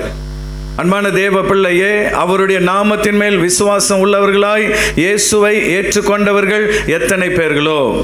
இயேசுவை ஏற்றுக்கொள்ளுதல் அப்படின்னா என்ன அர்த்தம்? உரிமையாக எடுத்துக்கொள்ளுதல். ஹல்லேலூயா. உதாரணத்துக்கு ஒரு ஆணும் பெண்ணும் திருமண நாளில் என்ன பண்றாங்க? ஒருவர் ஏற்றுக்கொள்கிறார்கள். இவரை என்னுடைய கணவராக நான் ஏற்றுக்கொள்கிறேன், இவளை என் மனைவியாக நான் ஏற்றுக்கொள்கிறேன். அந்த ஏற்றுக்கொள்ளுதல் வரும்பொழுதுதான் அங்க திருமணம் நிறைவடைகிறது. ஹல்லேலூயா. அதே போல ஆண்டவர் இயேசுவை என் வாழ்க்கையின் இரட்சகராக நான் ஏற்றுக்கொள்கிறேன். இதுவரை பல தெய்வங்களை நான் வணங்கி வந்தேன், ஆனால் இன்றைக்கு இயேசுவை என் வாழ்க்கையின் தெய்வமாய் ஏற்றுக்கொள்கிறேன் என்று எப்பொழுது நீ அவரை உன் வாழ்க்கையில் ஏற்றுக்கொள்கிறாயோ அப்பொழுதே தேவனுடைய பிள்ளையாகும் பாக்கியத்தை கர்த்தர் தருகிறார். அல்லேலூயா. அவரை அப்பா பிதாவே என்று அழைக்கத்தக்க புத்திர சுவீகாரத்தின் ஆவியை கர்த்தர் நமக்கு தருகிறார். ஆனா தேவனை ஏற்றுக்கொள்வது என்பது சாதாரண விஷயம் அல்ல. நான் சொன்னேன் இல்லையா, அவரை ஏற்றுக்கொள்ள வேண்டும் என்றால் சில விட வேண்டிய விஷயங்களை விட வேண்டும். அல்லேலூயா. நம்ம வீட்டில் ஒரு விருந்தாளி வரணும்னா அதற்கு இடம் உண்டாக்கணும்னா சில பொருட்கள்லாம் வெளியே போகணும். அப்போ நம்முடைய வாழ்க்கையிலே இயேசு கிறிஸ்துவுக்கு இடம் கொடுக்க நாம் விரும்புவோம் என்றால் விட வேண்டியதை விட வேண்டும். அவரை சொந்த இரட்சகராக நாம் ஏற்றுக்கொள்ள வேண்டும். அப்பொழுது அவர்கள் தேவனுடைய பிள்ளைகளாகும்படி அவர்களுக்கு அதிகாரம் கொடுத்தார் என்று சொல்லப்படுறது போல இயேசு கிறிஸ்துவை ஏற்றுக்கொண்டவர்கள் தேவனுடைய பிள்ளைகளாய் மாறுகிறார்கள். பிள்ளைகளா மாறிட்டா அப்பாவுடைய சொத்தெல்லாம் நமக்கு தான் சொந்தம். ஆமென். பக்கத்துல கைப்பிடிச்சு சொல்லுங்க, பிள்ளையா மாறிட்டா அவருடையதெல்லாம் நம்முடையது. ஆண்டவர் இயேசு கிறிஸ்துவுக்கு என்னெல்லாம் சொந்தமோ அதெல்லாம் நமக்கு சொந்தம். ஆமென். அவர் சாதாரணமானவர் அல்ல, அண்ட சராசரங்களை படைத்த தேவனாக இருக்கிறார். 1000 தூதர்களுக்கு சொந்தக்காரராக இருக்கிறார். பிரம்மாண்டமான பரலோகத்துக்கு சொந்தக்காரராக இருக்கிறார். சமீபத்தில் ஒரு ஆர்டிகல் படித்தேன். விஞ்ஞானிகள் கண்களால் பார்க்க முடியாத ஒரு கலரை இப்போ கண்டுபிடிச்சிருக்கிறாங்க.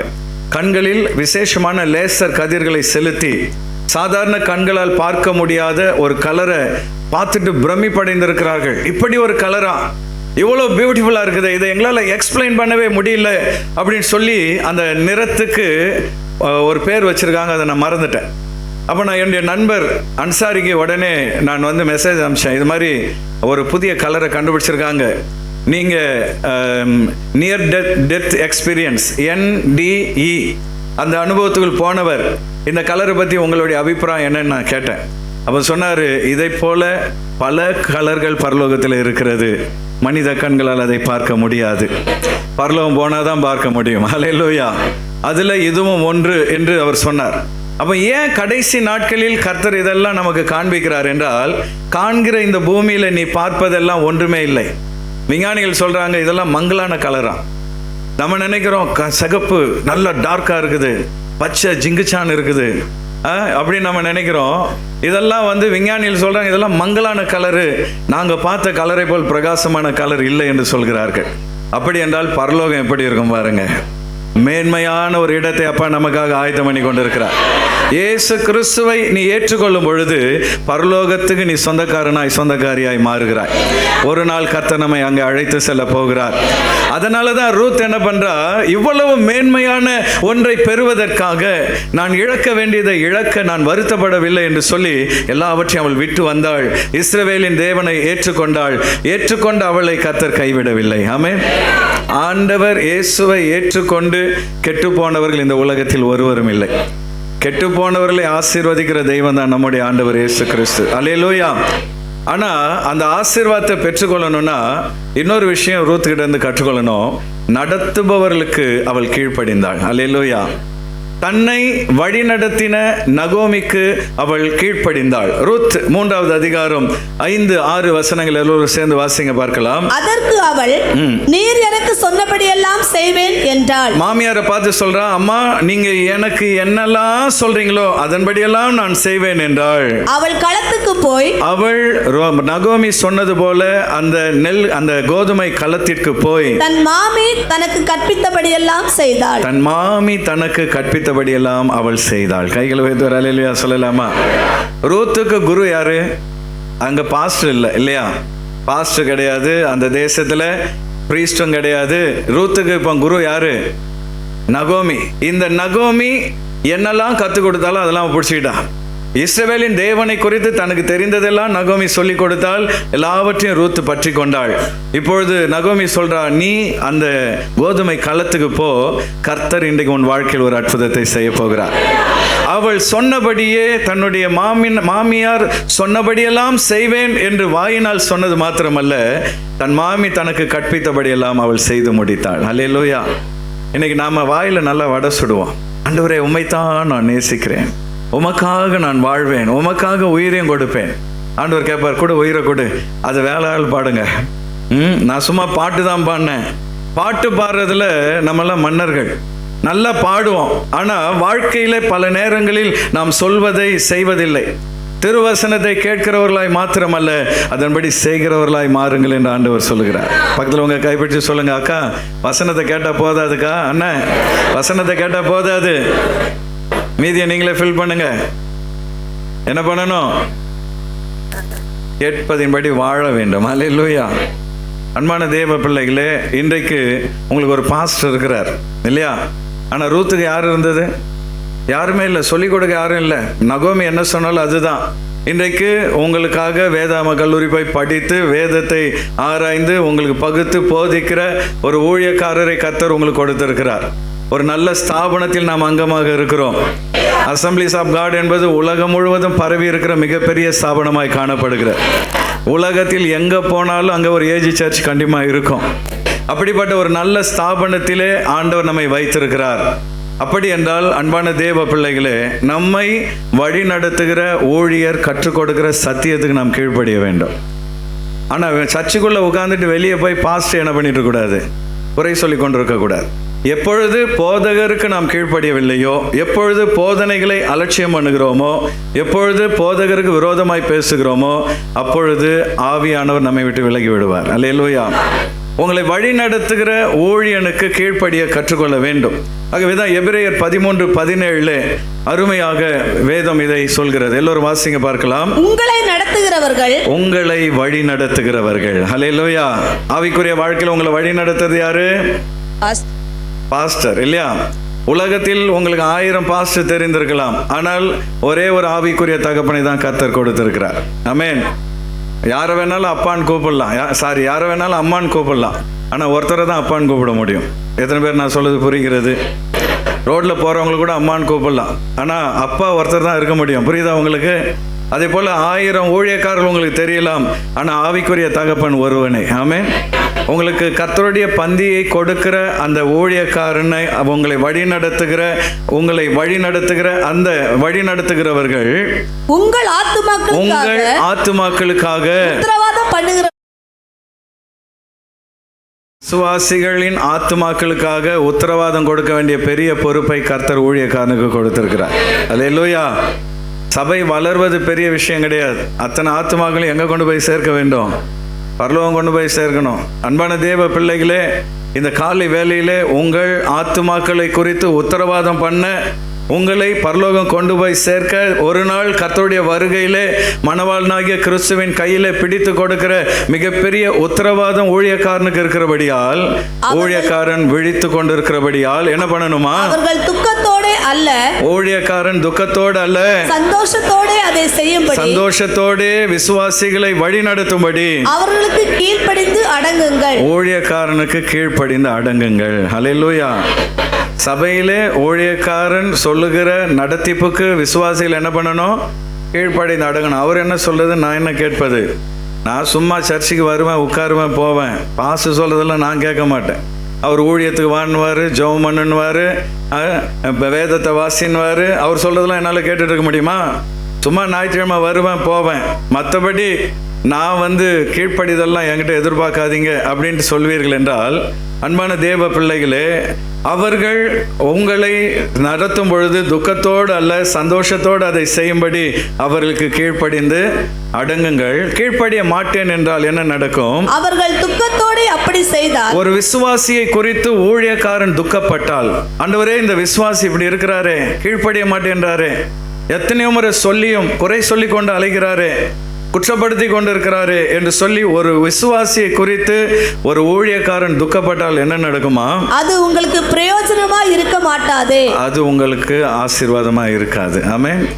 ஊழியக்காரன் ஒரு விசுவாசியை பார்த்து துக்கப்பட்டால் அது அந்த விசுவாசிக்கு எப்படி இருக்காதா?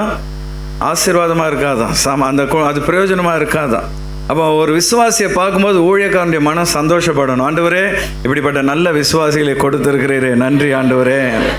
கீழ்ப்படுகிற விசுவாசிகள், சத்தியத்துக்கு கீழ்ப்படுகிற விசுவாசிகள், ஆண்டவரே உம்முடைய வார்த்தைக்கு கீழ்ப்படுகிற நல்ல விசுவாசிகளை கொடுத்திருக்கிறீரே என்று ஒரு விசுவாசியை பார்க்கும்பொழுது ஊழியக்காரன் மனசு சந்தோஷப்பட்டால் அந்த விசுவாசியை கர்த்தர் ஆசீர்வதித்து உயர்த்துவார். அல்லேலூயா. இன்னைக்கு நம்முடைய சபை வளர்ந்திருப்பதற்கு பல காரணங்கள் உண்டு. கடினமான உழைப்பு, அதிகமான ஜெபம், பிரயாசங்கள், இதெல்லாம் ஒரு பக்கம் இருந்தாலும் நம்முடைய சபையின் வளர்ச்சிக்கு மிக முக்கியமான ஒரு காரணம் உண்டு. என்ன தெரியுமா? கீழ்ப்படிதல். அல்லேலூயா. உங்களுக்கு பல முறை சொல்லியிருக்கிறேன், ஆனாலும் மறுபடியும் ஞாபகப்படுத்துகிறேன். ஆண்டவர், நான் மடிப்பாக்கத்தில் உதவி ஊழியராக இருந்த பொழுது தாம்பரத்தில் ஒரு சபை ஆரம்பிக்கும்படி அங்கே போய் ஒரு வீட்டில் போய் ஆரம்பித்தேன். ஒரு 2-3 மாதங்களில் 30க்கும் மேற்பட்ட விசுவாசியில் ஆண்டவர் கொடுத்தார். அப்போ உடனே சீனியர் பாஸ்டர் என்ன பண்ணார், தம்பி நம்ம அங்கே ஒரு சர்ச் ஆரம்பிச்சிடலாம், நீங்கள் இடம் பாருங்கன்ன பொழுது அங்கே இடம் பார்க்கும்பொழுது ஒரு மாடியில், ஒரு விறகு தொட்டி மாடியில் பெரிய ஒரு இடம். அவர் சொன்னார், மாதம் 10,000 அட்வான்ஸ், மாதம் 1000 ரூபாய் வாடகை. எனக்கு அப்போயே பக்குன்னு ஆயிடுச்சு. ஏன்னா 1000 ரூபான்றது எனக்கு மாதம் கொடுக்கப்பட்ட உதவித்தொகை 1000 ரூபாய் தான். மாதம் 1000 ரூபாய் ஓகே, சரி, அது கூட பரவாயில்ல, நம்ம பட்னி இருந்தாவது ஊழியத்தை செய்யலாம். ஆனால் 10,000க்கு எங்கே போவது? பாஸ்டர் சொன்னார், தம்பி வா நம்ம பிரஸ்பீட்டர்கிட்ட போகலாம் என்று சொல்லி பாஸ்டர் மோகன் இடத்துல என்னை அழைத்து சென்றார். அங்கே போன பொழுது பாஸ்டர் மோகன் பார்த்து சொன்னார், தம்பி தாம்பரத்தில் 40 சர்ச் இருக்குது, 1998 நடக்குது, அப்போவே 40 சபைகள், நீ அங்கே போய் இன்னொரு சபை ஆரம்பிக்க வேண்டாம், திருவேற்காட்டில் ஒரு இடத்தை எடுத்து வச்சிட்டோம், ஒருத்தனும் போக மாட்டேன்றான், நீ அங்கே போகிறாயா என்று கேட்டார். அப்போ நான் என்ன சொல்லியிருக்கணும், பாஸ்டர் நான் தாம்பரத்தில் 30 ஆத்துமாக்கள் வந்துட்டாங்க, அங்கே இடமும் பார்த்துட்டேன், நீங்கள் எனக்கு அங்கே உதவி செய்யுங்கள் என்று நான் எதிர்த்து பேசியிருக்கலாம். ஆனால் நான் உடனே சொன்னேன், பாஸ்டர் நீங்கள் என்ன சொல்கிறீர்களோ அதை நான் செய்கிறேன். திருவேற்காட்டுக்கு நான் முன்ன பின்ன வந்ததில்லை, சின்ன வயசில் ஒரு முறை வந்திருக்கிறேன். ஆனால் இந்த இடத்தை பற்றி ஒன்றும் தெரியாது. ஆனால் தலைமை சொன்னவுடன் உடனே கீழ்ப்படிந்தேன். அடுத்த நிமிடம் கையில் சாவி வந்தவுடன் திருவேற்காட்டில் ஊழியத்தை ஆரம்பித்தோம். இன்றைக்கு 25 வருடங்கள் ஓடிவிட்டது. அந்த கீழ்ப்படிதல் தான் இன்றைக்கு நம்முடைய சபையை ஆசீர்வதித்திருக்கிறார். அல்லேலூயா. பக்கத்தில் உங்கள் கைப்பிடிச்சு சொல்லுங்கள், மேலான அதிகாரங்களுக்கு கீழ்ப்படிந்தா கர்த்தர் உங்களை ஆசீர்வதிப்பார். அல்லேலூயா. இந்த காலை வேளையில் அன்பான தேவ பிள்ளைகளே, கீழ்ப்படிதல் தான் மேல் படிக்க முதல் படியாக இருக்கிறது. ஆமென். சரி, அடுத்து நம்ம நேரம் ஓடிவிட்டது, போவாஸ்க்கு வருவோம். முதலாவதாக விசுவாசிகளுக்கு அடையாளமாக இருந்த ரூத், இரண்டாவதாக கிறிஸ்துவுக்கு அடையாளமான போவாஸ். இந்த படம்லாம் பார்த்தீங்கன்னா அழகாக இருக்குல்ல, எல்லாம் ஏஐ வரைஞ்சி கொடுத்தது. நேற்று நான் ஏஐகிட்ட கேட்டேன், போவாஸை வரைஞ்சி கொடுன்னா டப்புன்னு 5 நிமிஷத்தில் வரைஞ்சி கொடுத்துருச்சு. ஏஐ எவ்வளோ வேகமாக போயிட்டு பாருங்க. உலகமெல்லாம் சீக்கிரத்திலே ஏஐ கண்ட்ரோலுக்கு வரப்போகுது, அவ்வளோ வேகமாக வளர்ந்துட்டுருக்கு. சரி, அது ஒரு பக்கம் இருக்கட்டும். கிறிஸ்துவுக்கு அடையாளமான Boaz, a symbol of Christ. 3 விஷயங்கள் போவாஸிடமிருந்து கிறிஸ்துவுக்கு ஒப்பீடாக நாம் பார்க்க முடியும். வேகமாக அதை பார்த்து முடிக்கலாம். முதலாவதாக, இந்த போவாஸ் நியாயப்பிரமாணத்துக்கு கீழ்ப்படிந்தவர், நியாயப்பிரமாணத்தை நிறைவேற்றினவர், நியாயப்பிரமாணத்தை கை கொண்ட ஒரு மனிதர். ரூத் 2:16 என்ன சொல்லப்பட்டிருக்கிறது? அவள் பொறுக்கிக் கொள்ளும்படிக்கு தன்னுடைய வேலைக்காரர்களை பார்த்து போவாஸ் சொல்றாரு, எப்பா அந்த பொண்ணு வெளிநாட்டில இருந்து நம்ம தேவனை நம்பி வந்திருக்கிறா, பசியோடு வந்திருக்கிறா, அவள் பொறுக்கிக் கொள்ளும்படி அவளுக்காக அரிகளிலே சிலதை சிந்த விடுங்கள், அவளுக்காக சில தானியங்களை கீழே நீங்க வேணும்னே சிந்த விடுங்கள், அவளை அதட்டாதிருங்கள் என்று கட்டளை. அவளை மத்த பிச்சைக்காரர்களை அதட்டுவது போல அவளை அதட்டாதீங்க. அவ ஒரு பெரிய இடத்து பெண். ஹல்லேலூயா.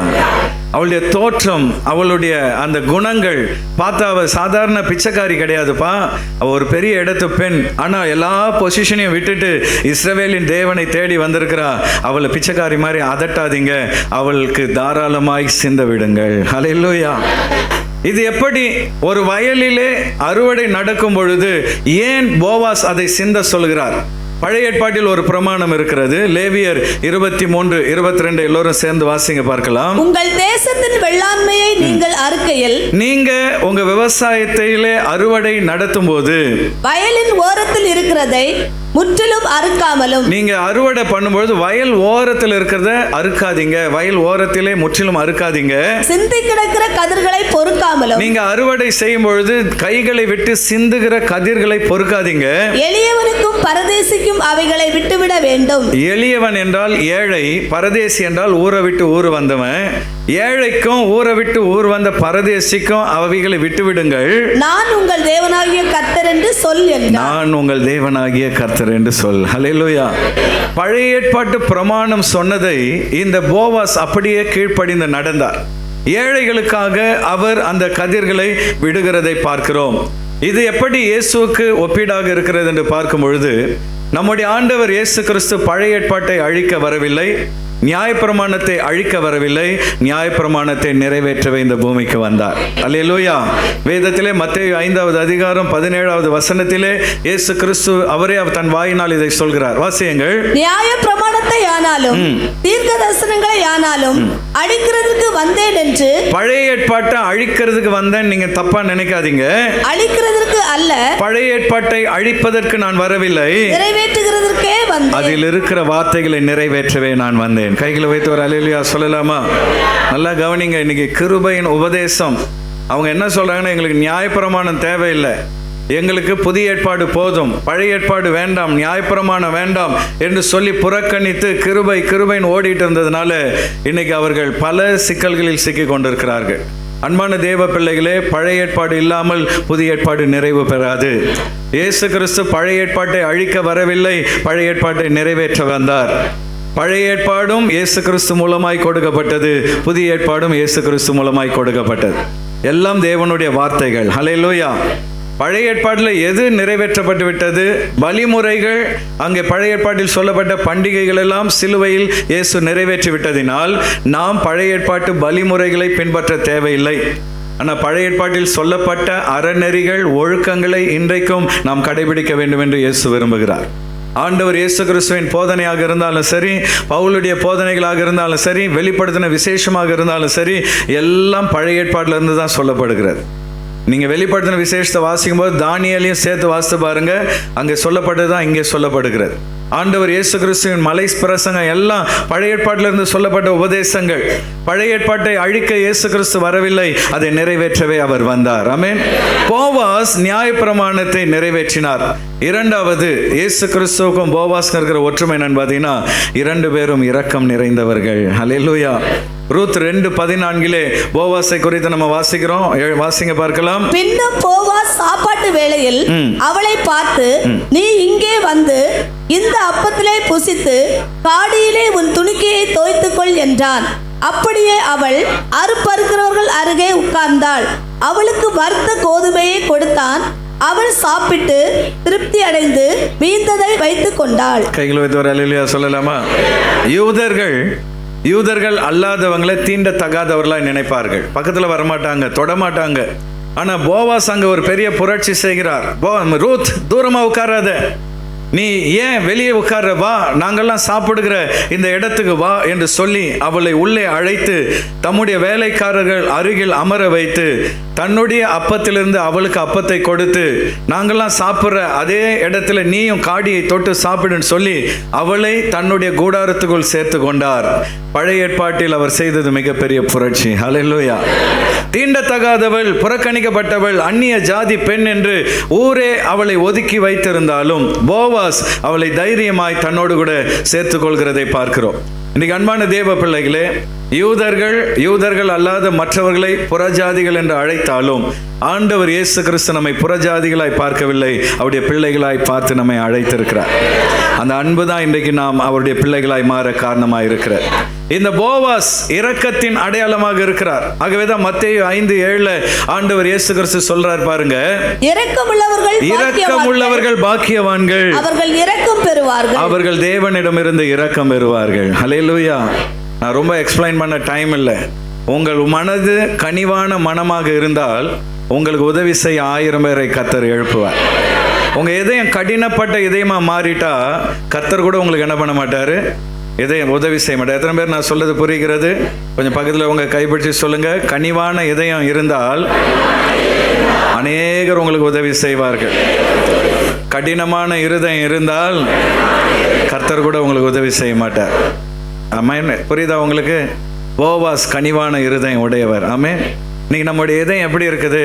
கஷ்டப்படுறவங்களை பார்த்து மனதுருகுகிறீர்களா? வேதனைப்படுறவங்களை பார்த்து நீங்கள் வேதனைப்படுறீங்களா?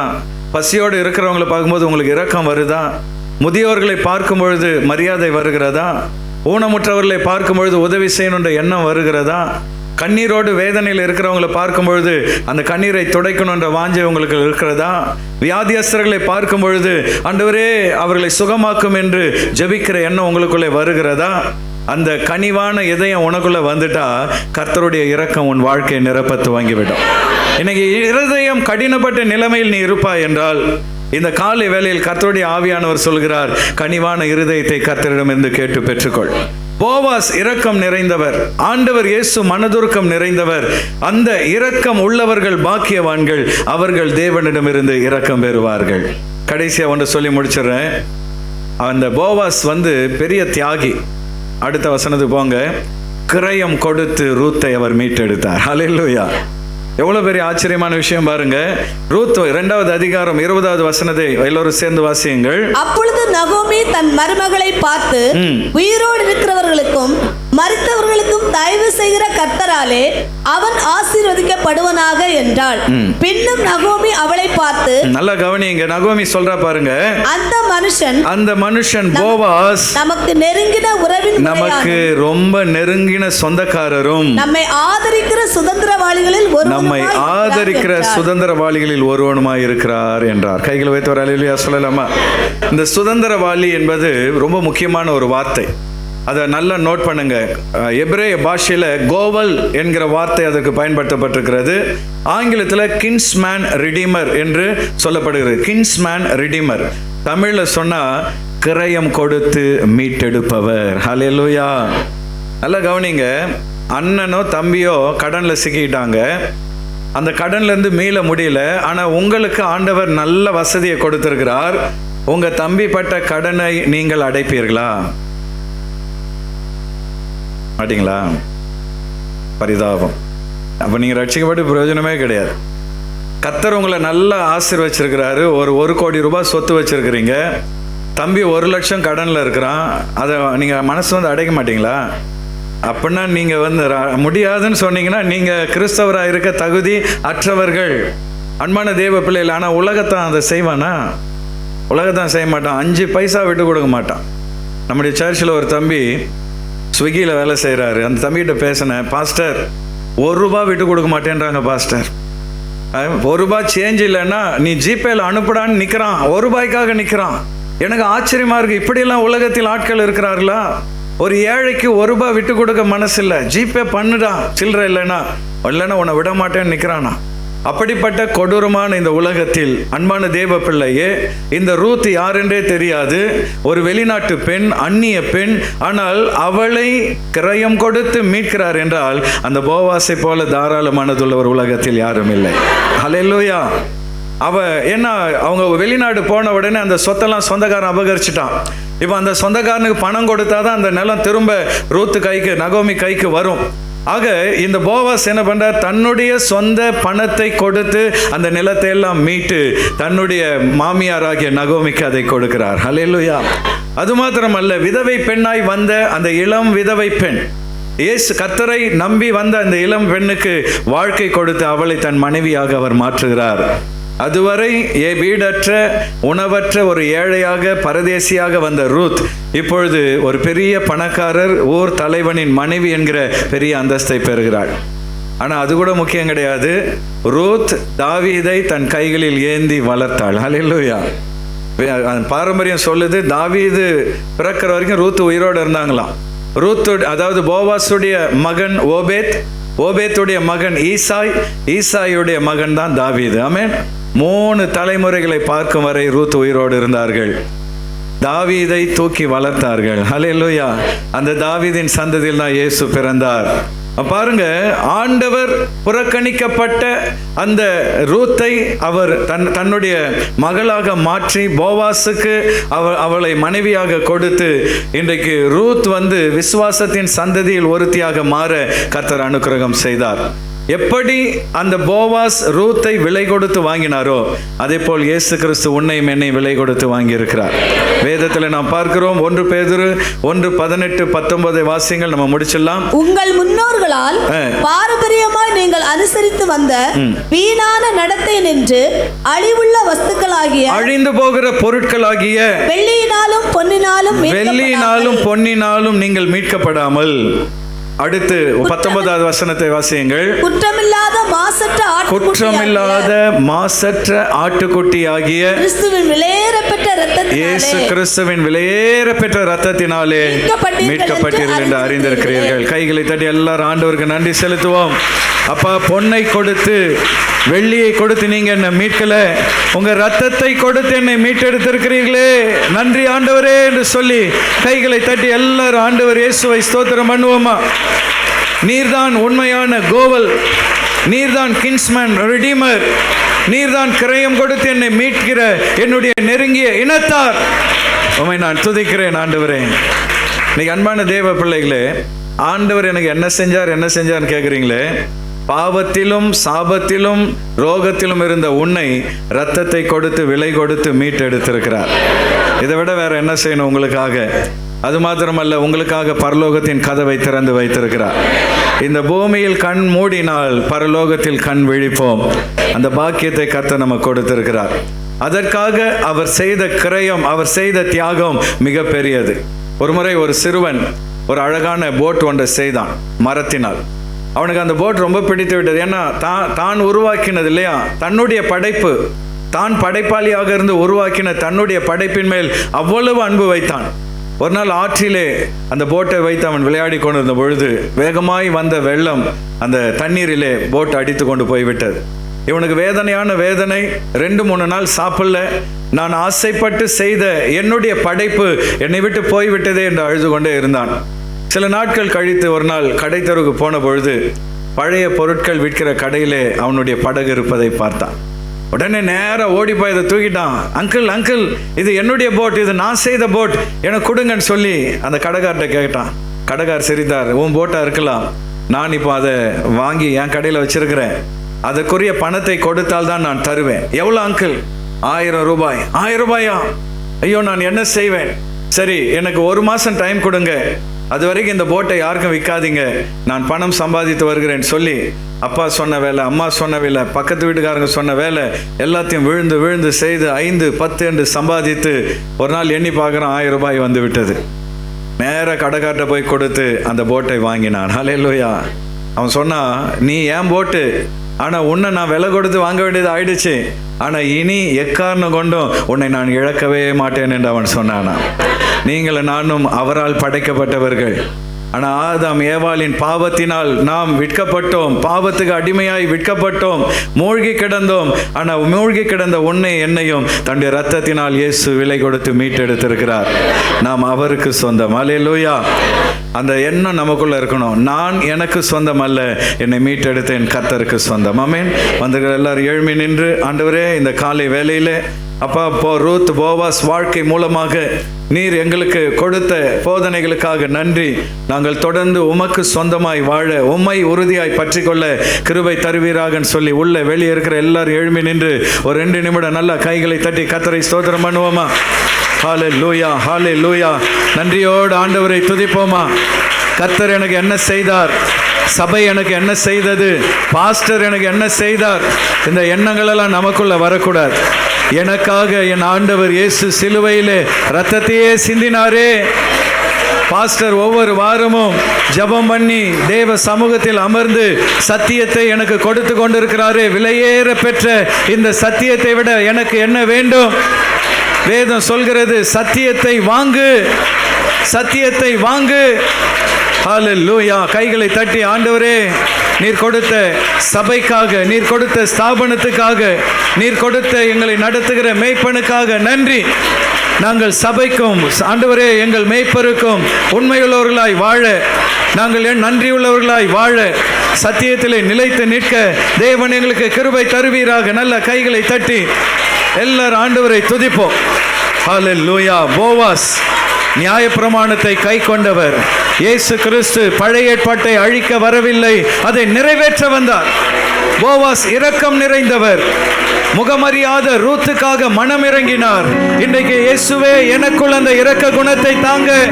சகோதரர்கள் நல்ல வாய் திறந்து, ஆண்டவரே எனக்கு அந்த இரக்கத்தை தாங்க, கடின இருதயத்தை மாற்றுங்க. ஹல்லேலூயா. சதையான இருதயத்தை எனக்கு தருவீராக. இரக்க குணம் உள்ளவர்கள் பாக்கியவான்கள், அவர்கள் இரக்கம் பெறுவார்கள் என்று சொன்னீரேப்பா. அது மாத்திரமல்ல, வெள்ளியினாலும் பொன்னினாலும் எங்களை மீட்கல, உங்க ரத்தத்தினால் எங்களை மீட்டீரே. நன்றி ஆண்டவரே. நாங்கள் எங்களுக்கு சொந்தமானவர்கள் அல்ல, நாங்கள் உமக்கு சொந்தம் ஆண்டவரே. எங்கள் ஆவி, ஆத்துமா, சரீரம் இயேசுவுக்கு சொந்தம். எத்தனை பேர் சொல்ல முடியும்? வாய் திறந்து அறிக்கையிடுங்க. ஹல்லேலூயா. பின்னாடி இருக்கிறவங்க, வெளியே இருக்கிறவங்க எல்லாரும் சொல்லுங்க, நாங்கள் எங்களுக்கு சொந்தம் அல்ல, எங்களை மீட்டெடுத்த எங்கள் இயேசு கிறிஸ்துவுக்கு சொந்தம். ஹல்லேலூயா, ஹல்லேலூயா.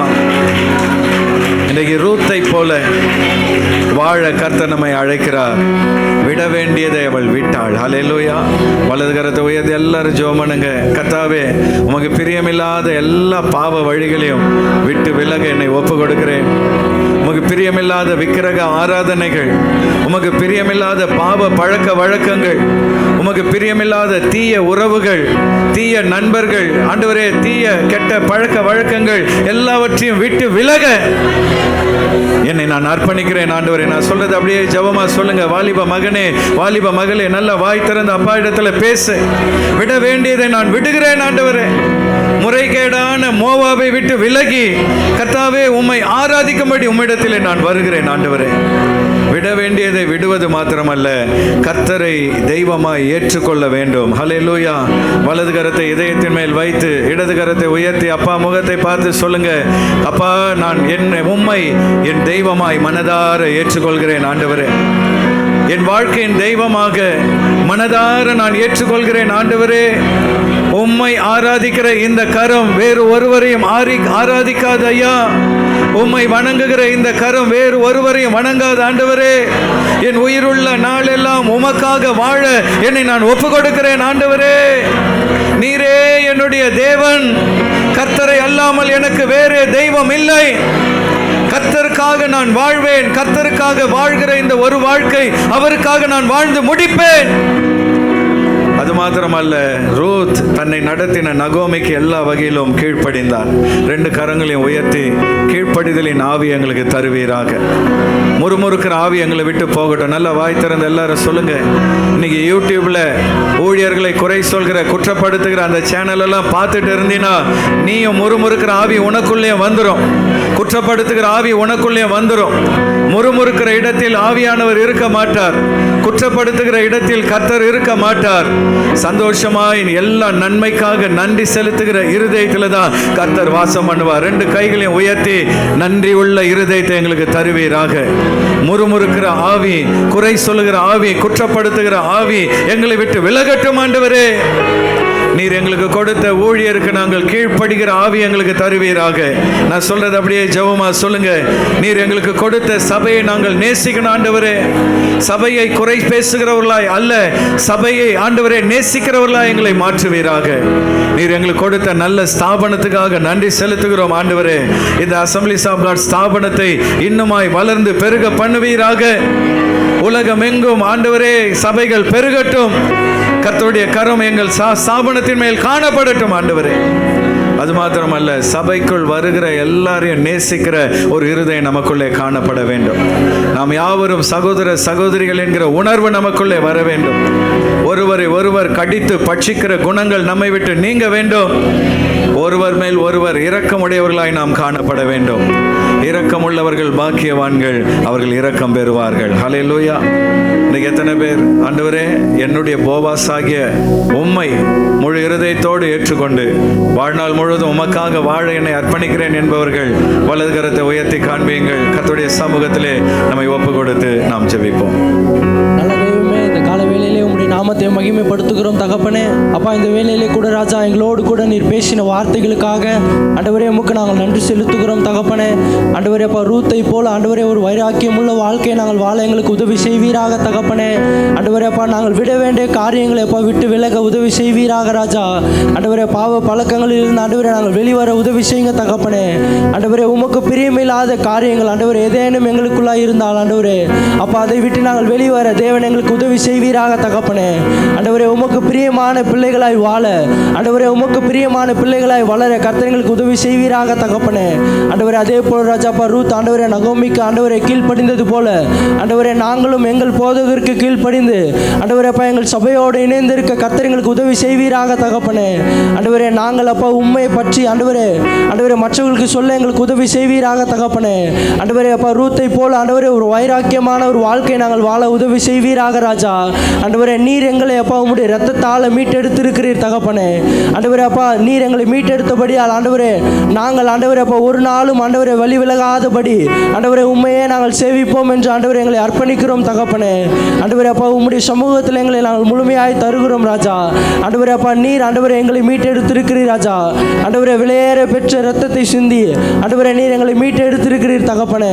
ஆண்டவரே நாங்கள் ஒரு நாளும் ஆண்டவரே அப்பா தவறான ஆண்டவரே காரியங்களுக்கு ஆண்டவரே செல்லாமல் ஆண்டவரே உம்முடைய சமூகத்தில் காத்திருக்க ஆண்டவரே முதல் உரிமை உமக்கு கொடுக்க ஆண்டவரே எங்களுக்கு உதவி செய்வீராக தகப்பனே. ஆண்டவரே நீரே எங்களை ஆளுகை செய்யுங்க, பொறுப்பெடுத்துக் கொள்ளுங்க. இயேசுவின் நாமத்தில் ஜெபிக்கிறோம் நல்ல பிதாவே. ஆமென் ஆமென். நாம் யாவரும் அப்படியே உட்காருவோம். இந்த நாளில் கூட புதிதாக யாராவது வந்திருப்பீர்கள் என்றால் உங்களை வரவேற்க விரும்புகிறோம். இன்னைக்கு தான் முதல் முறை புதிதாக வந்திருக்கிறேன் என்று சொல்கிற யாராவது இருப்பீர்கள் என்றால் இருக்கிற இடத்தில் எழும்பி நிற்க கேட்கிறோம். ஒருவேளை வெளியில் யாராவது வந்திருப்பீர்கள் என்றால் உங்களை நாங்கள் வரவேற்கிறோம். இந்த வாரத்திலே பிறந்த நாள் திருமண நாள் கொண்டாடுபவர்களை வாழ்த்த விரும்புகிறோம். இந்த வாரத்தில் பர்த்டே வெட்டிங் டே செலிப்ரேட் பண்ணுறவங்க இருப்பீர்கள் என்றால் எழும்பி நிற்க கேட்கிறோம். எழும்பி நிற்கிற சகோதர சகோதரிகளை கரங்களை தட்டி நாம் உற்சாகமாய் வாழ்த்துவோம். ஆண்டவர் இந்த புதிய வருடத்தை அவர்களுக்கு ஆசீர்வதித்து தரும்படியாக உங்களுக்கு அந்த பரிசை பெற்றுக்கொண்ட பின்பு நீங்கள் அமரும்படி உங்களை அன்பாய் கேட்கிறோம். இப்பொழுது நாம் கர்த்தருக்கு காணிக்கை படைக்கிற நேரம். ஆண்டவருக்கு நாம் படைக்க இருக்கிற காணிக்கைகளை கரங்களில் எடுத்து வைத்துக் கொள்வோம். கர்த்தர் அதை ஆசீர்வதிக்கும்படியாக நாம் யாவரும் ஜெபிப்போம். எங்கள் கிருபையுள்ள நல்ல ஆண்டவரே, இந்த காலை வேளையிலே உம்முடைய நாமத்தை நாங்கள் மகிமைப்படுத்துகிறோம். கர்த்தாவே, இந்த வாரத்திலே பிறந்த நாள் திருமண நாள் கொண்டாடுகிற ஒவ்வொரு சகோதர சகோதரிகளையும் ஆசீர்வதிப்பீராக. இந்த புதிய வருஷத்தை அவர்களுக்கு நன்மையினால் முடிசூட்டுவீராக. இந்த வருடம் முழுவதும் கர்த்தர் சந்தோஷத்தையும் சமாதானத்தையும் ஆரோக்கியத்தையும் ஆசீர்வாதத்தையும் அருள்வீராக. இப்பொழுதும் இந்த மாதத்தின் இந்த கடைசி வாரத்திலே கர்த்தரை கனம் பண்ண, கர்த்தருக்கு நன்றி செலுத்த உம்முடைய பிள்ளைகள் படைக்கிற காணிக்கை பலிகளை ஆண்டவர் ஆசீர்வதிப்பீராக. அதை சுகந்த வாசனையாக அங்கீகரிப்பீராக, ஏற்றுக்கொள்வீராக. உம்முடைய பிள்ளைகளுடைய குறைவுகள் எல்லாம் நிறைவாக்குவீராக. இயேசுவின் நாமத்தினால் ஜெபிக்கிறோம் எங்கள் நல்ல பிதாவே, ஆமென். இப்பொழுதும் பாடகர் குழு ஒரு பாடலை பாடும் பொழுது கர்த்தருக்கு நம்முடைய உற்சாக காணிக்கைகளை நாம் செலுத்துவோம்.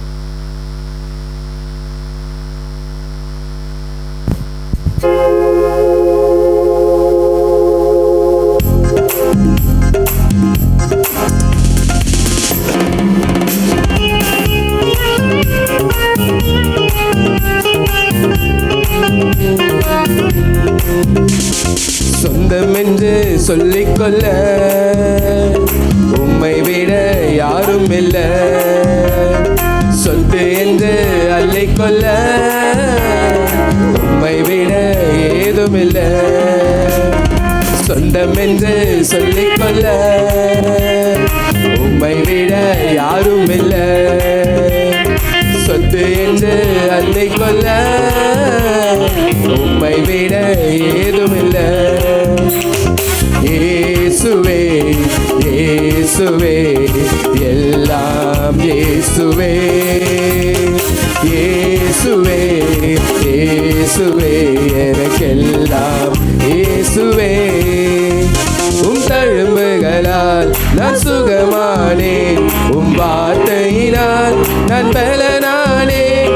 உம் தழும்புகளால் நான் சுகமானேன், உம் வார்த்தையினால் நான் பலனானேன். நான் பலனானேன், நான் பலனானேன். சொந்தம் என்று சொல்லிக்கொள்ள உம்மை விட யாரும் இல்லை. சொத்து என்று அள்ளிக்கொள்ள உம்மை விட ஏதும் இல்லை.